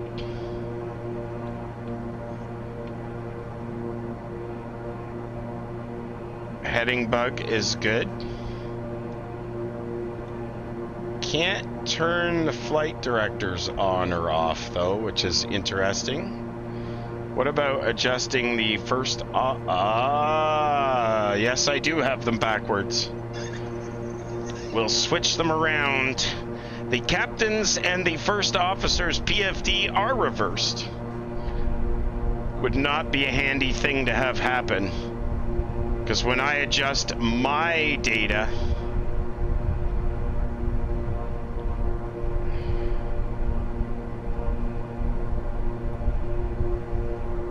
there we go. That looks a lot better now. I could tell because the unfortunate part is the displays are slightly different. There we go. That's working properly now. My flight director should be working though. I should be all good here. Everybody should be happy. The only thing I'm a little concerned about is the position uncertainty. We definitely have it on the first officer side. We can go back to LNAV. Put this back in map mode. And I think we're probably good still. Everybody's back to normal and happy now. Freaky! Things were getting a little warm in here, folks. Time to vacuum out the second machine, I guess. Time to vacuum it out. The dust gets into the computers and then they get warm and they don't cool as well as they should. Oh crap, but our radios are gone. They're sitting in the background.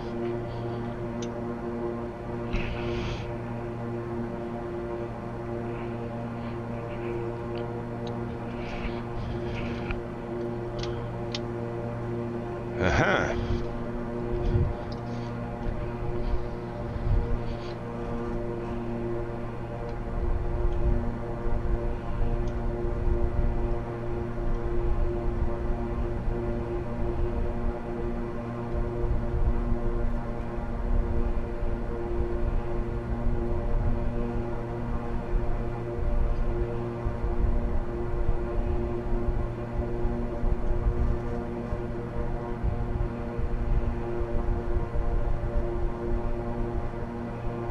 Well, we'll take it. That's what we're getting. Oh, we got her. The order of the programs was backwards. Huh. Yep, we're 100% back on track. And top of descent is anytime now. I know that the CDU is giving us position uncertainty, which kind of concerns me a little bit. Let's go to the messages window.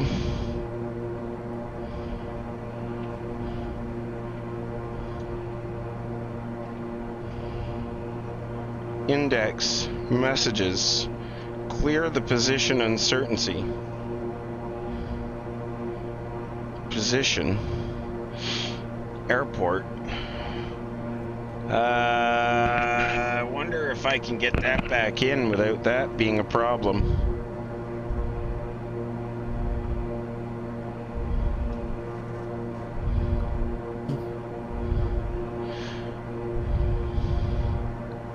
Might be okay now. The fail light, CDU fail light, still there. But other than that, so far so good. Barbecues at flight level 230, so as much as the system wants us to descend before then, we cannot. According to the arrival.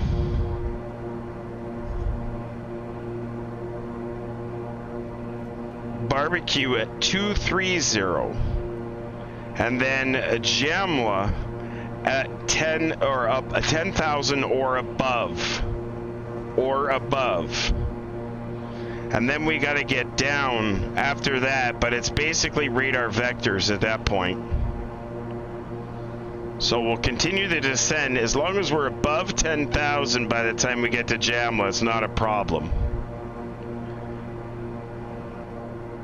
Our plan is 1-8 center. 1-8 center.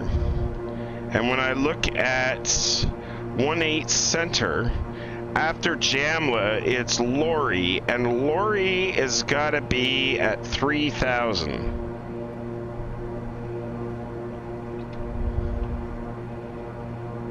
We can do it. We can do it. At least I hope we can do it. We will find out, folks.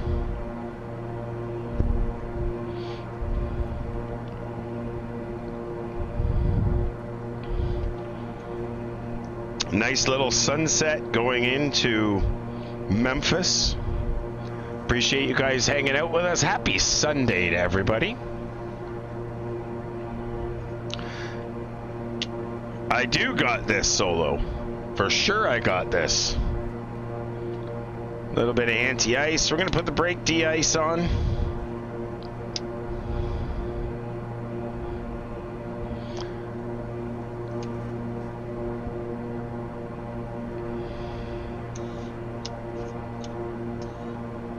Everything looks good. Fuel quantities still good. 3/4 of a tank. She's not sucking as much fuel as she should be. That's another thing that Microsoft has clearly changed. I'll have to adjust the fuel flow rates again.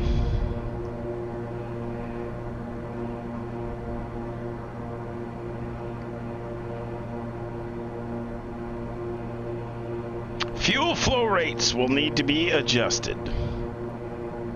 I guess they're making it so you do a transatlantic or a flight over the ocean with it now. Exactly. I probably could now for sure.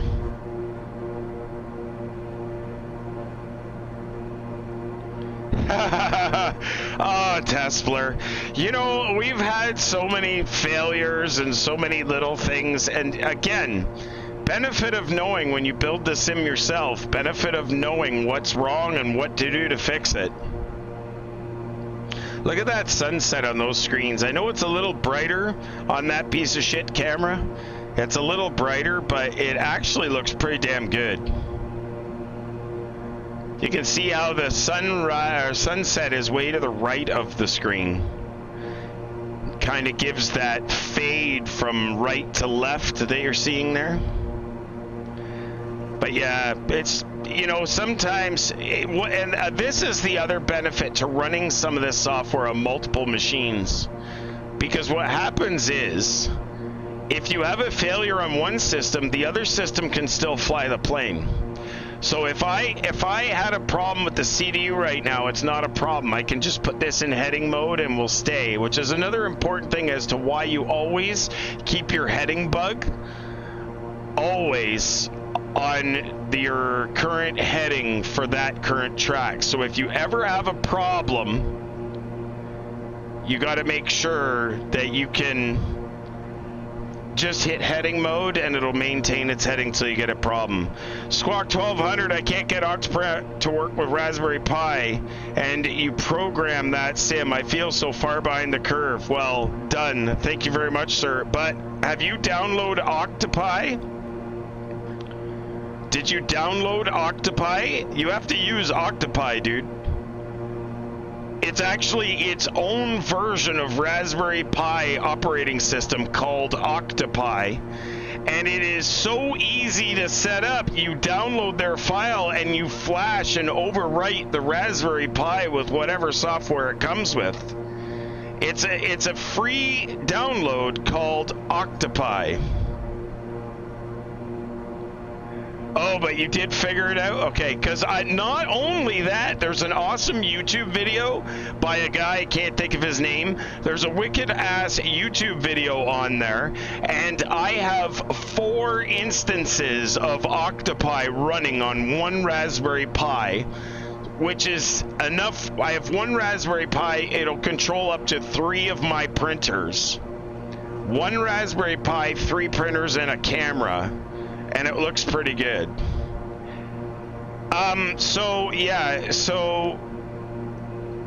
JP Post 2000, we're using one Uno, 4 megas, an ESP 2866 card, and a Pro Micro is what's controlling the sim.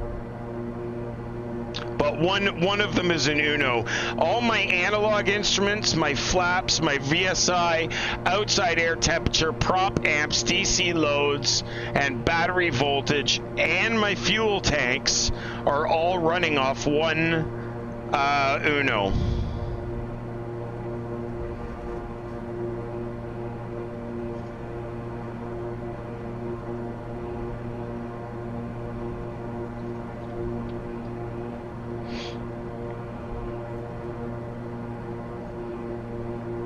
Uh-oh.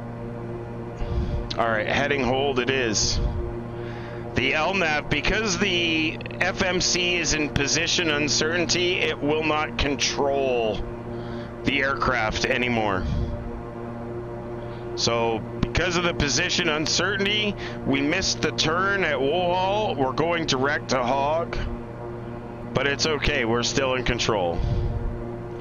Thanks very much for being here, guys. November 30th, Alpha Kilo, Cockpitbuilders.com. Good to see you. Thank you for being here. Happy Sunday night.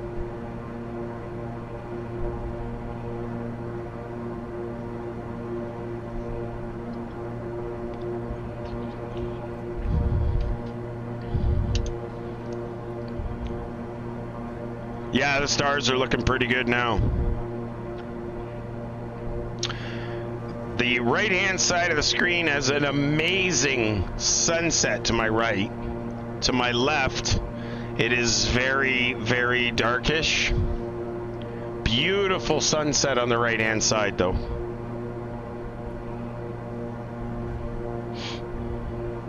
Beautiful sunset. All right, Hogue, then barbecue. At barbecue, we'll begin our descent.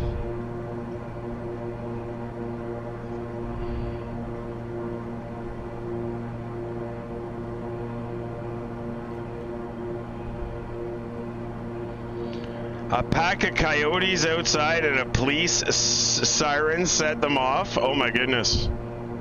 You must be out in the bush somewhere. I'm not sure if you got to hear my response to your question. If you didn't, let me know. So, Eric, the cabling runs... Oh, so that's what I did. I bought these screw terminal modules.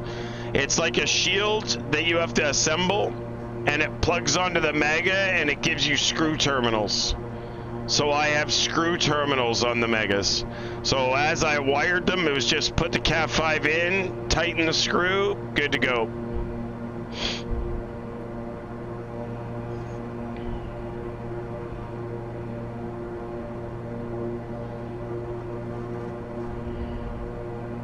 There's two versions. There was one that was twice the price of the other. One had the was really nice, but I didn't want to spend that kind of money, and it came pre-assembled, so I bought the one that was not pre-assembled, that I had to solder everything on myself. They were, I don't know, I think they were 20 bucks a piece or something. Yeah, 17 bucks. Yeah, same idea. Yep, those are the ones I bought, and they work well for me. I had no issues. Okay, so JPost 2000, I have one joystick card in here, and it's in the throttle quadrant, and it controls the throttle quadrant itself, the two throttles, the two prop pitch, and the two mixture controls for your fuel cutoff. The yoke, rudder pedals, and yoke and rudder pedals are all controlled off the Pro Micro, but the only joystick card is for the throttle quadrant. Everything else is connected to Arduinos.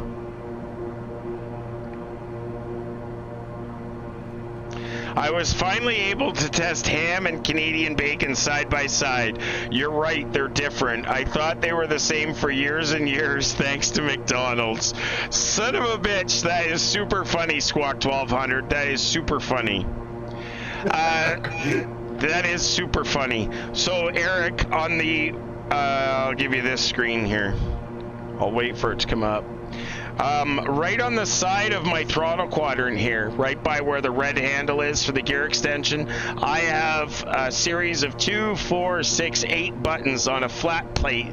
They're actually flush mounted inside the throttle quadrant right on the side here. So I just reach here and I can start and stop, start and stop, start and stop, start and stop, all 4 Luas. And then these two switches on the front, they're a toggle up or a toggle back, a toggle up or a toggle back. So it's 1 Lua, 2 Lua, 3 Lua, 4 Lua, 5 Lua, 6 Lua. And then the other button is to shut them off and shut them off. It's all done right here.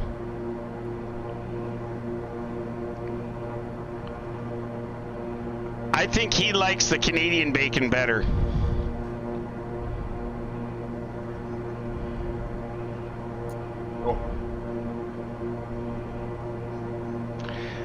I just started to learn how to wire and code the Arduino Uno. Well, here's the best thing, JP Post 2000. If you can wire and program an Uno, the Mega is exactly the same, except there's a lot more buttons. The Pro Micro is exactly the same, it's just a lot less buttons. It's the only difference. Gonna go with ham only because it's my normal, he says. Oh yeah, Black Forest ham or a sliced processed lunch meat ham, totally different than Canadian bacon. Shit, pass it again. Pass it again. Pay attention, buckwheat.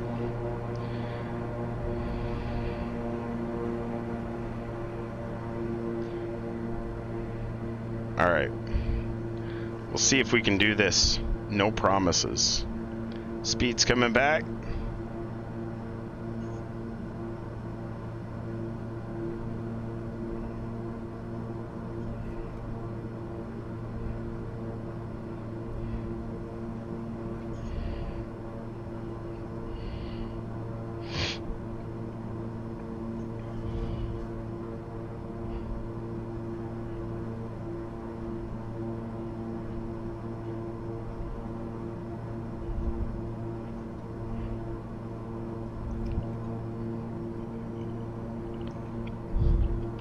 No buffeting.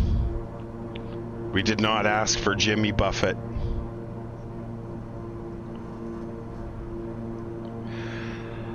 So JP Post 2000, go to cockpitbuilders.com and start reading. There is over 10 years of people asking questions about how to build a home cockpit. There is over 10 years of how to do this and how to do that and how to do this and how to do that. So head over to cockpitbuilders.com and register and start reading. If you do not want to go with a full flight deck like this, you can choose to do like a half flight deck, or if you do not wish to do that, you can actually just go with a desktop setup. You can just go with a desktop setup, you know, a couple of single Arduino modules sitting on your desk, just to keep the realism up and alive. A little yoke, set of rudder pedals, desktop setup, here we go. All right, here we are, we're at barbecue, making the left-hand turn, Jamla, and down we go.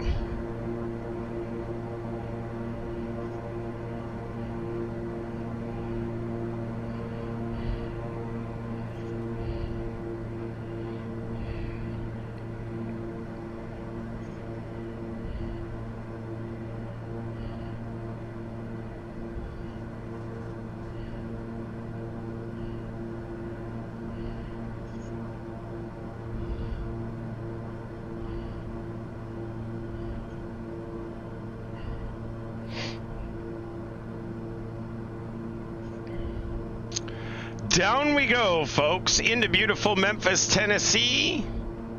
Thank you for hanging out with us. Happy Sunday to each and every one of you. You guys are all amazing. Appreciate you guys being here. 5-4 Delta Charlie, KingAir 8 Alpha Kilo. Yeah, go ahead, Alpha. Alpha Kilo. We're switching over to 122.950, sir. Okay, 122.95.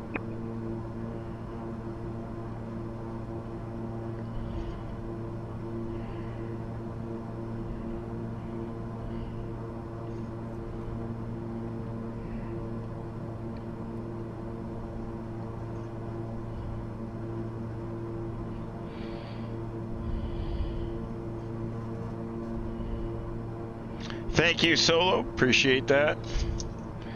Checking the update. Current METAR for Memphis as of 0054 Zulu.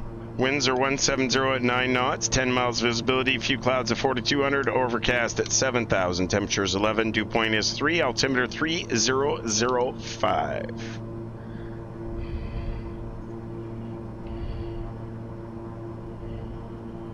.3005 on this side, 3005 on this side.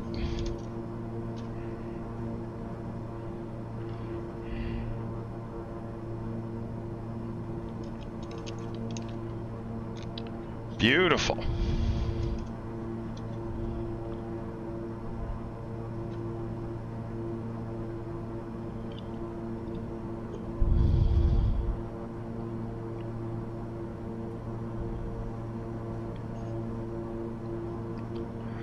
Not too bad for our banana. Banana's showing 3,000 right now at the end of the approach for runway 18 center.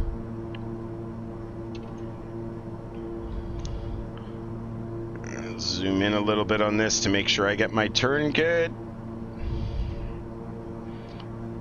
And if I look at the airport diagram,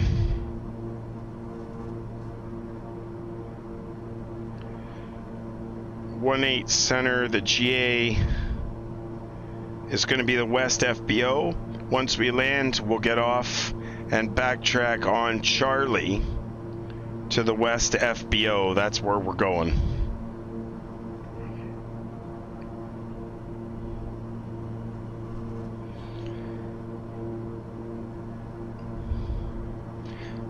Good evening, Memphis traffic. KingAir November 30 at Alpha Kilo. We're 30 miles to the south, inbound to land runway 18 center, full stop, Memphis.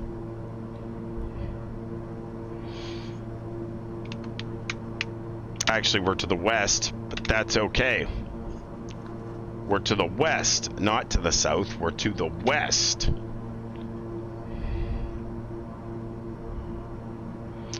Speed idle back a little more.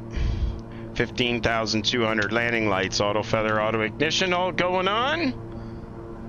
We will turn off the cabin lights for landing, just to keep you guys informed. We will turn the cabin lights off for landing. Makes it easier on my eyes in the dark, but nonetheless, that's what we're gonna do. Auto feather, auto ignition are on. Ice vanes, we'll give them a little, just a bouncy and extend that ice off of them. Brake de-ice is going on momentarily. Altimeters are set, fuel is checked, everything else is good. We'll go with the descent checklist. Make sure that's all good.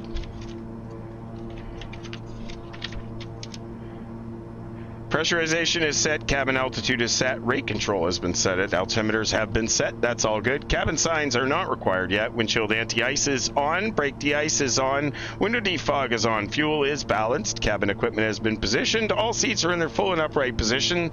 Landing speeds, we have to do those. Let's bring out the landing speeds. Flaps.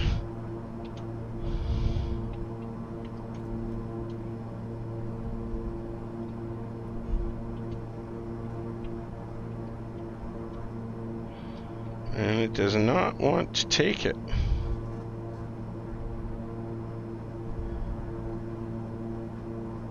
.95. 111.95 in case we need it.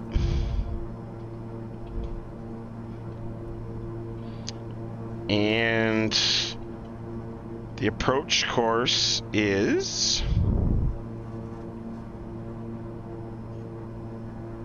180,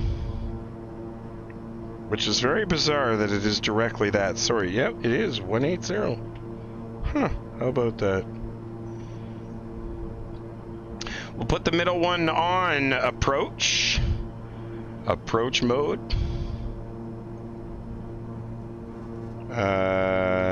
VOR mode, approach mode. Oh, it changed it. 111.95.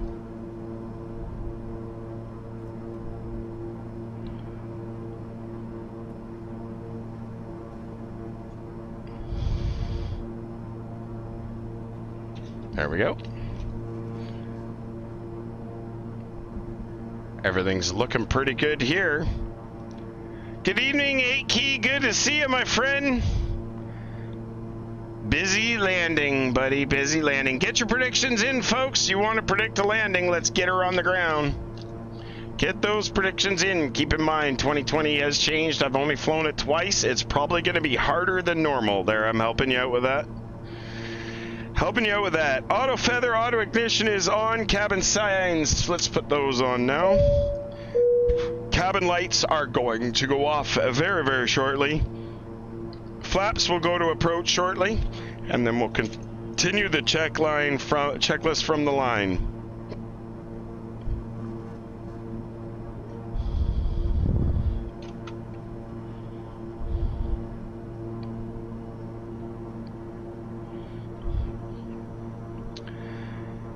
Good evening, Memphis traffic. KingAir, November 30th, Alpha Kilo, or 15 miles to the west, inbound to land, runway 18 center, full stop, Memphis.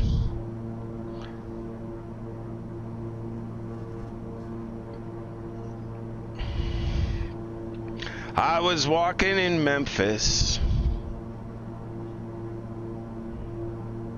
Memphis traffic, 54 Delta Charlie is about 30 miles to the west, inbound for 18 center. Yep, you want negative values, Eric. It looks like you put in a positive value.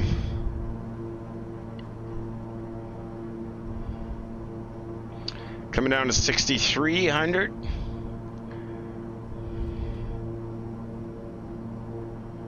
You live just underneath the ILS for 36 right, so we're going in at 118 or 18 center. So 36 right would be so you're on the south side of the airport then. Awesome. So drone, just so you know, will be exiting to the right and then turning on Charlie another right. So exit to the right, turn to the right, and come up, and then the west FBO is on the left. Roger. So too bad, unless we're going around, we will not get to see where your place is. Funny though, Mr. Snow, that it's happened before that we fly into Memphis and that you show up for the stream, which is pretty awesome.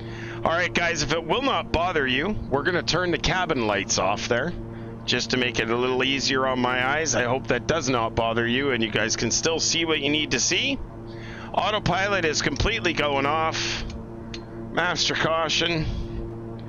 We're going to take manual control. We're supposed to be at 3,000 at Lori. Yaw damper is going off. Props are going all the way forwards.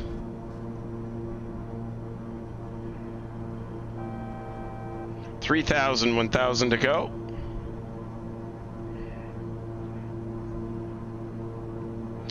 Landing lights are on. Pitot heat, window heat, auto feather, auto ignition. Everything's looking good and in the green.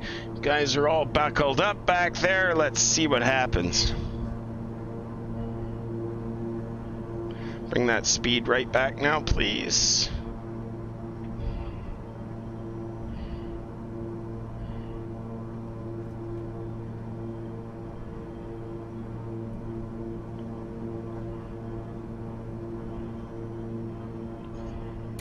I think you might be having stream issues. It's buffering right now for me. Is it starting to buffer? Oh, yeah. Oh yeah, it's starting to buffer on my end too. I wonder if it's the lighting. Maybe that might be hitting it hard right now too. Yeah, the winds are starting to hammer it now too. So there we go, folks. They'll be able to hear the audio or no? I'm not really sure if they're going to hear that. It might be cutting in and out for them too. Son of a bitch. See, everything was fine. Everything was fine until now. As far as the stream, like as far as the sim is performing, everything's still smooth as fuck. 2,500. Yeah, the audio's staying on now, but the image is like a slideshow now. There it is. So I wonder why that's doing that. It's been totally fine the whole stream. And now the images are going to start. Like I said, the sim is smooth as silk. I have absolutely no idea what is deciding to cause of this. Makes no sense. So there you go, guys. This is the problem that we're trying to fix. And I have absolutely no idea. Everything's nice and smooth on my end. Oh, is it good now? Fest said it's good now. Weird. Maybe Tespler, that's it. I don't know.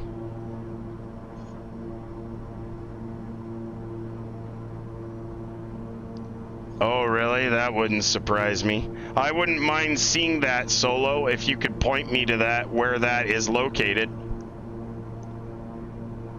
I blame Octopi. Can you see it okay now, guys? Or is it all for shit still?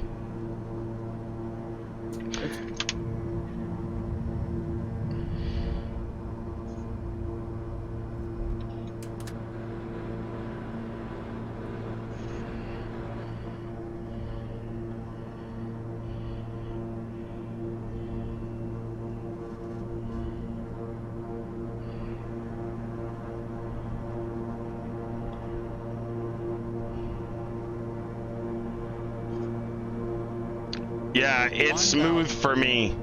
It just has to do with the stream output.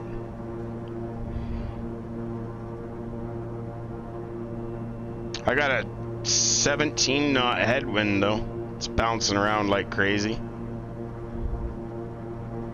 When you were streaming GTA last night, it was stuttering once in a while too, but I don't know if that was because of a different issue or not.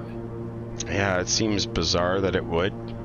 Because that definitely doesn't tax my system at all. This definitely feels more realistic. The bouncing that the airplane is doing now, I mean, based on the winds, this definitely feels more realistic, like a real airplane. The movements that I'm feeling, they feel a lot more real to me than the contrived bullshit we've seen in the past.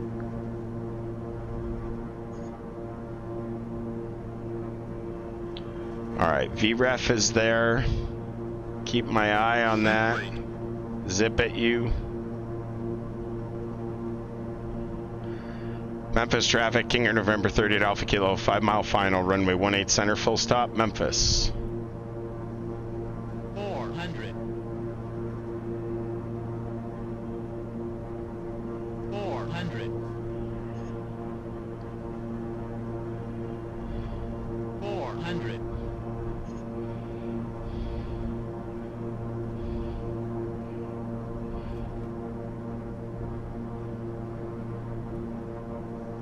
400.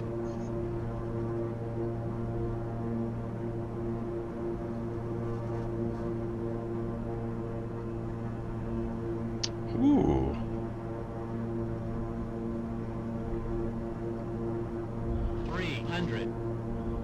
Approaching minimums.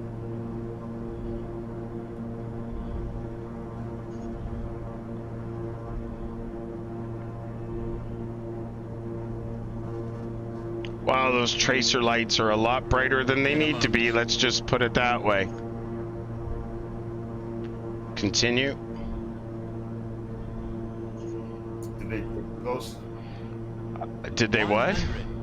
Did they change them? It looks a lot I'm brighter guessing they look a lot brighter than they should. Let's just put it that 50, way. 40, Actually, all the runway lights are too 20. bright.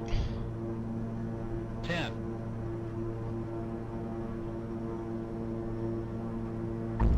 Oof, that was hard.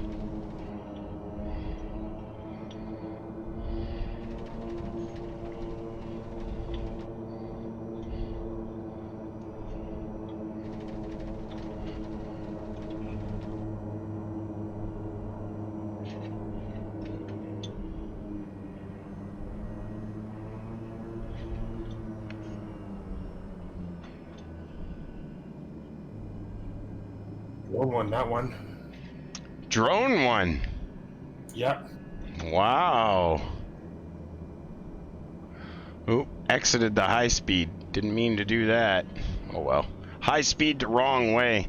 All right, landing lights are off. Taxi lights are on. Strobes are off. Recogs are off. Hey, taxi lights, I said. Yeehaw. Memphis traffic, KingAir November 30th, Alpha Kilo, clear 18 center, Memphis. We'll see if we could spin around and watch drone land here.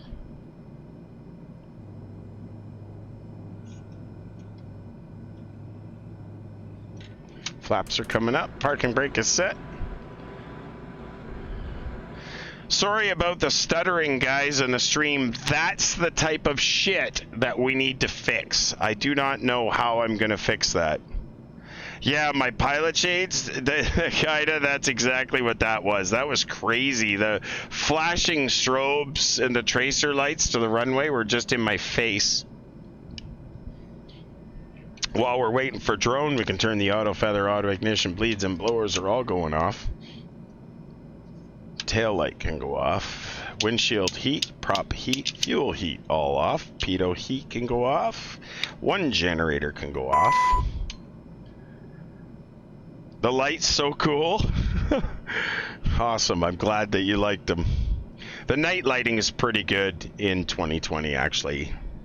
It's, unfortunately, my projectors, I wish they were a little sharper. Time to go out and buy 4K projectors. I don't think I could run them, but... How far out are you, drone? I'm 4 miles from Lori. All right, perfect. So he's just about to turn final.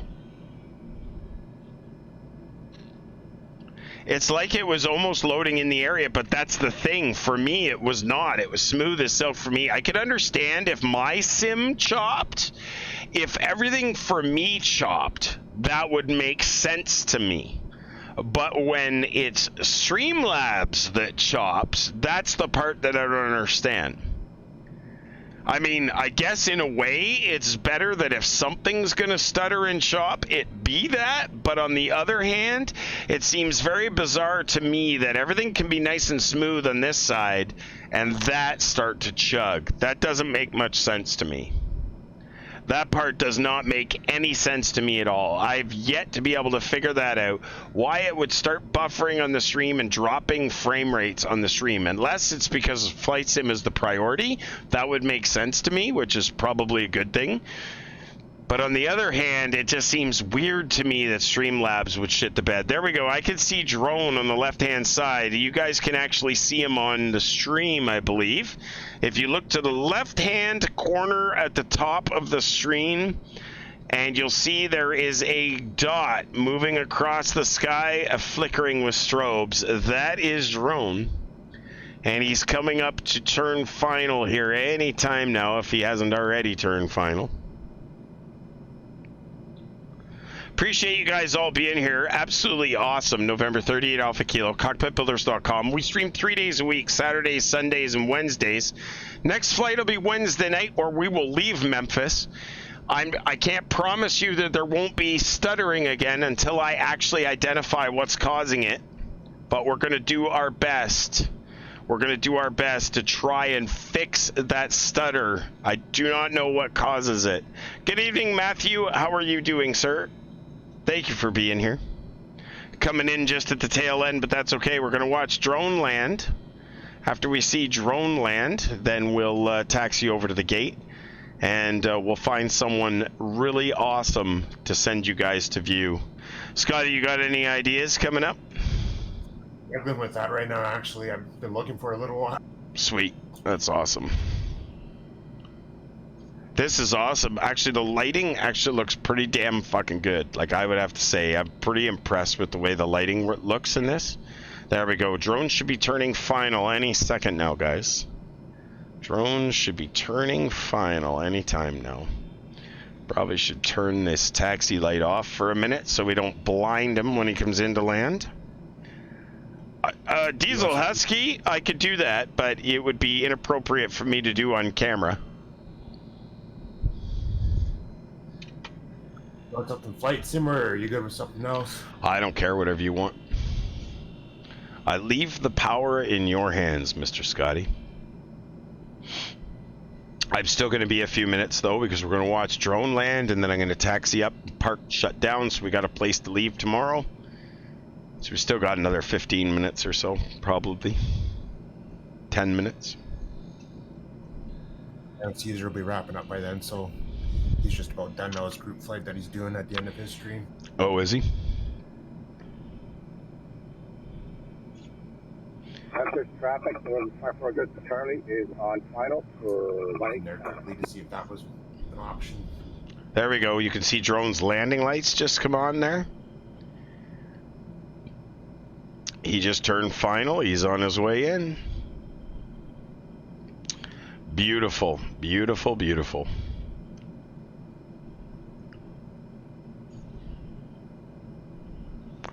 One of your new buddies. One of my new buddies. Works for me.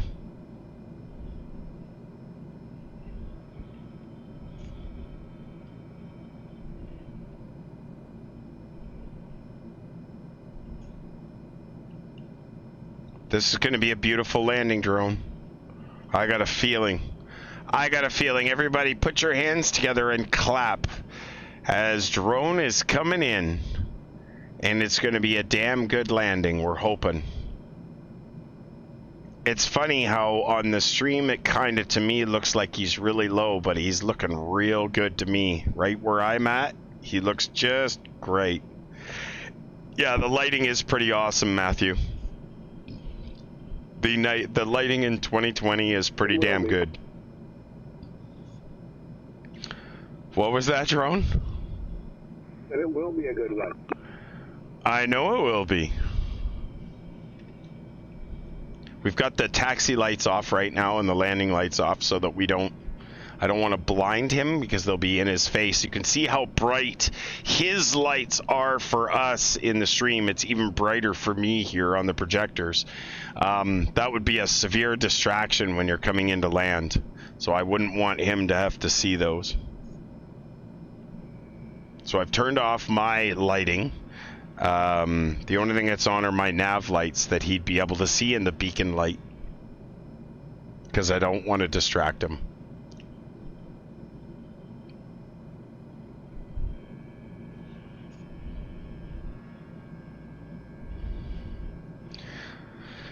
And I need to make sure I bring up the airport diagram so I can see where it is we are and where we're going to taxi to. We're going to go to the West FBO. We're just sitting at Kilo. We're Charlie at Kilo right now.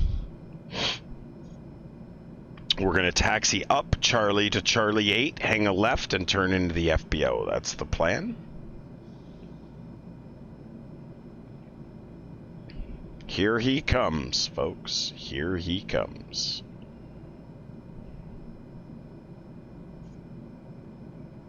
Yes, I do actually, Matthew. I have an enormous hotel-style air conditioning and heating unit. So when I have the sim up and running, it's basically pumping nothing but air conditioning in here. And then when I'm just out here working on the computer, I've got it making heat.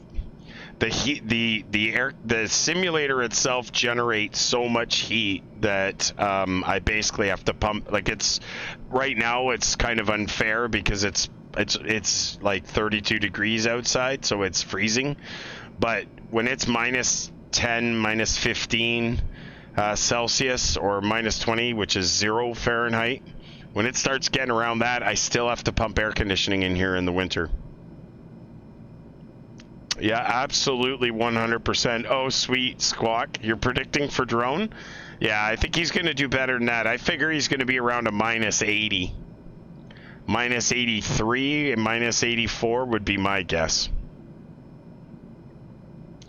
Here he comes, folks. Here he comes.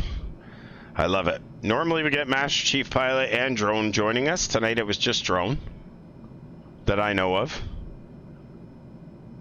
See what happens on Wednesday. So Wednesday night at 23:30 hours Zulu, we're going to be departing Memphis. Unless something else goes wrong. But we'll depart Memphis on Wednesday night at 23:30 hours Zulu, which is 6:30 p.m. Eastern, 5:30 Central, 4:30 Mountain, 3:30 Pacific. We will depart Memphis and make our way further east. I'd like to make my way back into southern Florida, would be kind of nice, or northern U.S., maybe up into Atlanta, and then maybe up into Boston, something like that. We'll see how that goes. Definitely want to get it back out to Nassau, and St. Bart's I definitely don't want to do for a bit because 2020 is probably too damn good, and my landing abilities in 2020 are not where they were in P3D, and I don't think I can do St. Bart's in this without ending up in the ocean. The ocean is a very bad thing. Holy crap, Drone, this is like the longest final I've ever seen. Very deceiving, though, the distance. Here he comes. He's getting real close to the threshold now. Come to BDL? KBDL? I'm not familiar with that. Lakeland, Florida? Ooh. Sun and Fun. That'd be a nice idea. Oh, shit, Drone. That was a massive drop. He's good, though. And beautiful sweetness of a landing. Oh, under the ground. That's an X-plane thing. Ground clamping. He'll pop back up here in a minute. You're not explaining thing. BDL, Hartford. The old Hartford Whalers. Awesome. All right, taxi lights, please. And we know where we're going, and away we go. Parking brake is off. Well done, Drone, well done. Memphis traffic, KingAir November 30th Alpha Kilo. We're going to tax Charlie to Charlie 8 at Kilo. The FBO, full stop. Memphis. Bradley. BDL is Bradley. Asheville. I've been to Asheville, Master Chief. I've been to Asheville many a times. Asheville's a nice place to go. Look at this drone getting off here on the right-hand side, sitting there strobing and flashing his beacon and all that.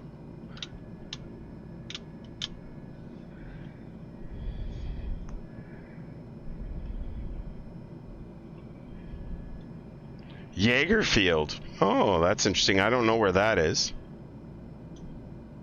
I would like to, Master Chief, I would like to do Asheville. I don't know how far. I don't think it's far enough, though, for Wednesday night. From Memphis to Asheville, I don't know what the distance is. I'm looking for around 500 miles, 550, maybe 600 miles. Maybe 600 miles is what I'm looking for. 650.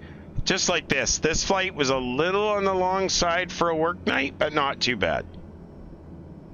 Not too bad. So this was Minneapolis to Memphis. Pensacola? Oh, Akey, that might be good. Hey, fuck off, buddy. This guy in the van just like drove into me. Those guys need to get terrain awareness when they see another aircraft in front of them. Look at this. Like, this is a highway. High-speed moving vehicles going right past us here. Pensacola is Florida, isn't it, Akey? I could be wrong. I am not American. That's why I don't know these places off the top of my head there, but I've heard the names before. I'm just not familiar with them.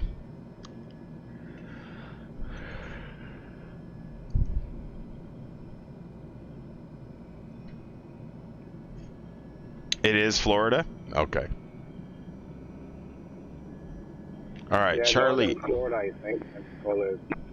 Charlie 8 right in front of us. I got to tighten that up. It's a little loose. Those cars are Winchester Avenue. Okay, they should be going underneath the airport, though, I would think. Underneath the taxiway, maybe.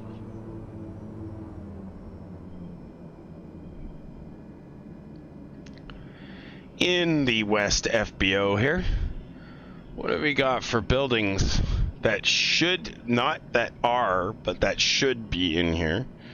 There should be a building to our left, and there is, actually. And another building to the left, which I do not see. Oh, here we go. We got aircraft here. I wish I could see the marshallers' batons. Their batons should light up. Daytona Beach, 574. That's pretty good there, Master Chief. That's a good one. If you don't... Oh, you're not in the Discord, are you? If you were in the Discord, I'd have you DM me that. That'd actually be kind of cool.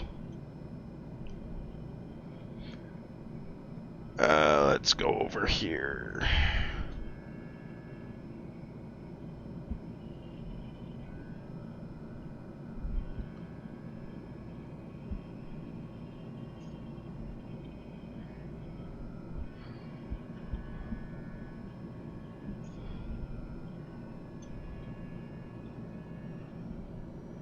Watch that guy on the left. This guy on the right.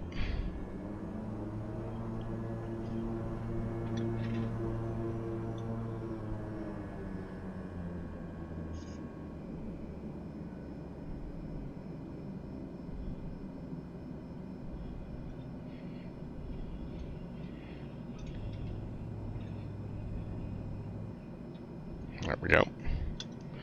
Alright, parking brake is set.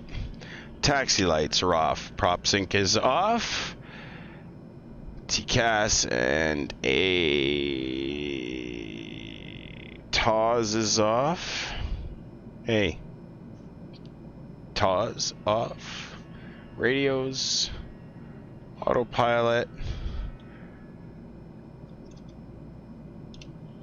It's all off. Generator, avionics, master caution. Chris! Arsperger, how's it going? Good to see ya. Master caution, feather the props. Seatbelts, coffee pot. All off. Master caution. Master caution. And I think that basically secures it. Beacon, nav light, and battery. That's going to secure the aircraft. That should be it for us, guys. Thank you very much for hanging out with us. Hopefully you had a good time. As much fun as we had, because it was damn fun. Looking forward to having you guys hang out with us again on Wednesday night, 23:30 hour Zulu. Hopefully you will join us. We'll see you with bells on. Until then, Scotty, where we're going? Oh my God, to my favorite streamer. Guys, do me a favor, give him a follow. We're taking you to see Digital Mike. Absolutely amazing. Say hi to Charlie for me.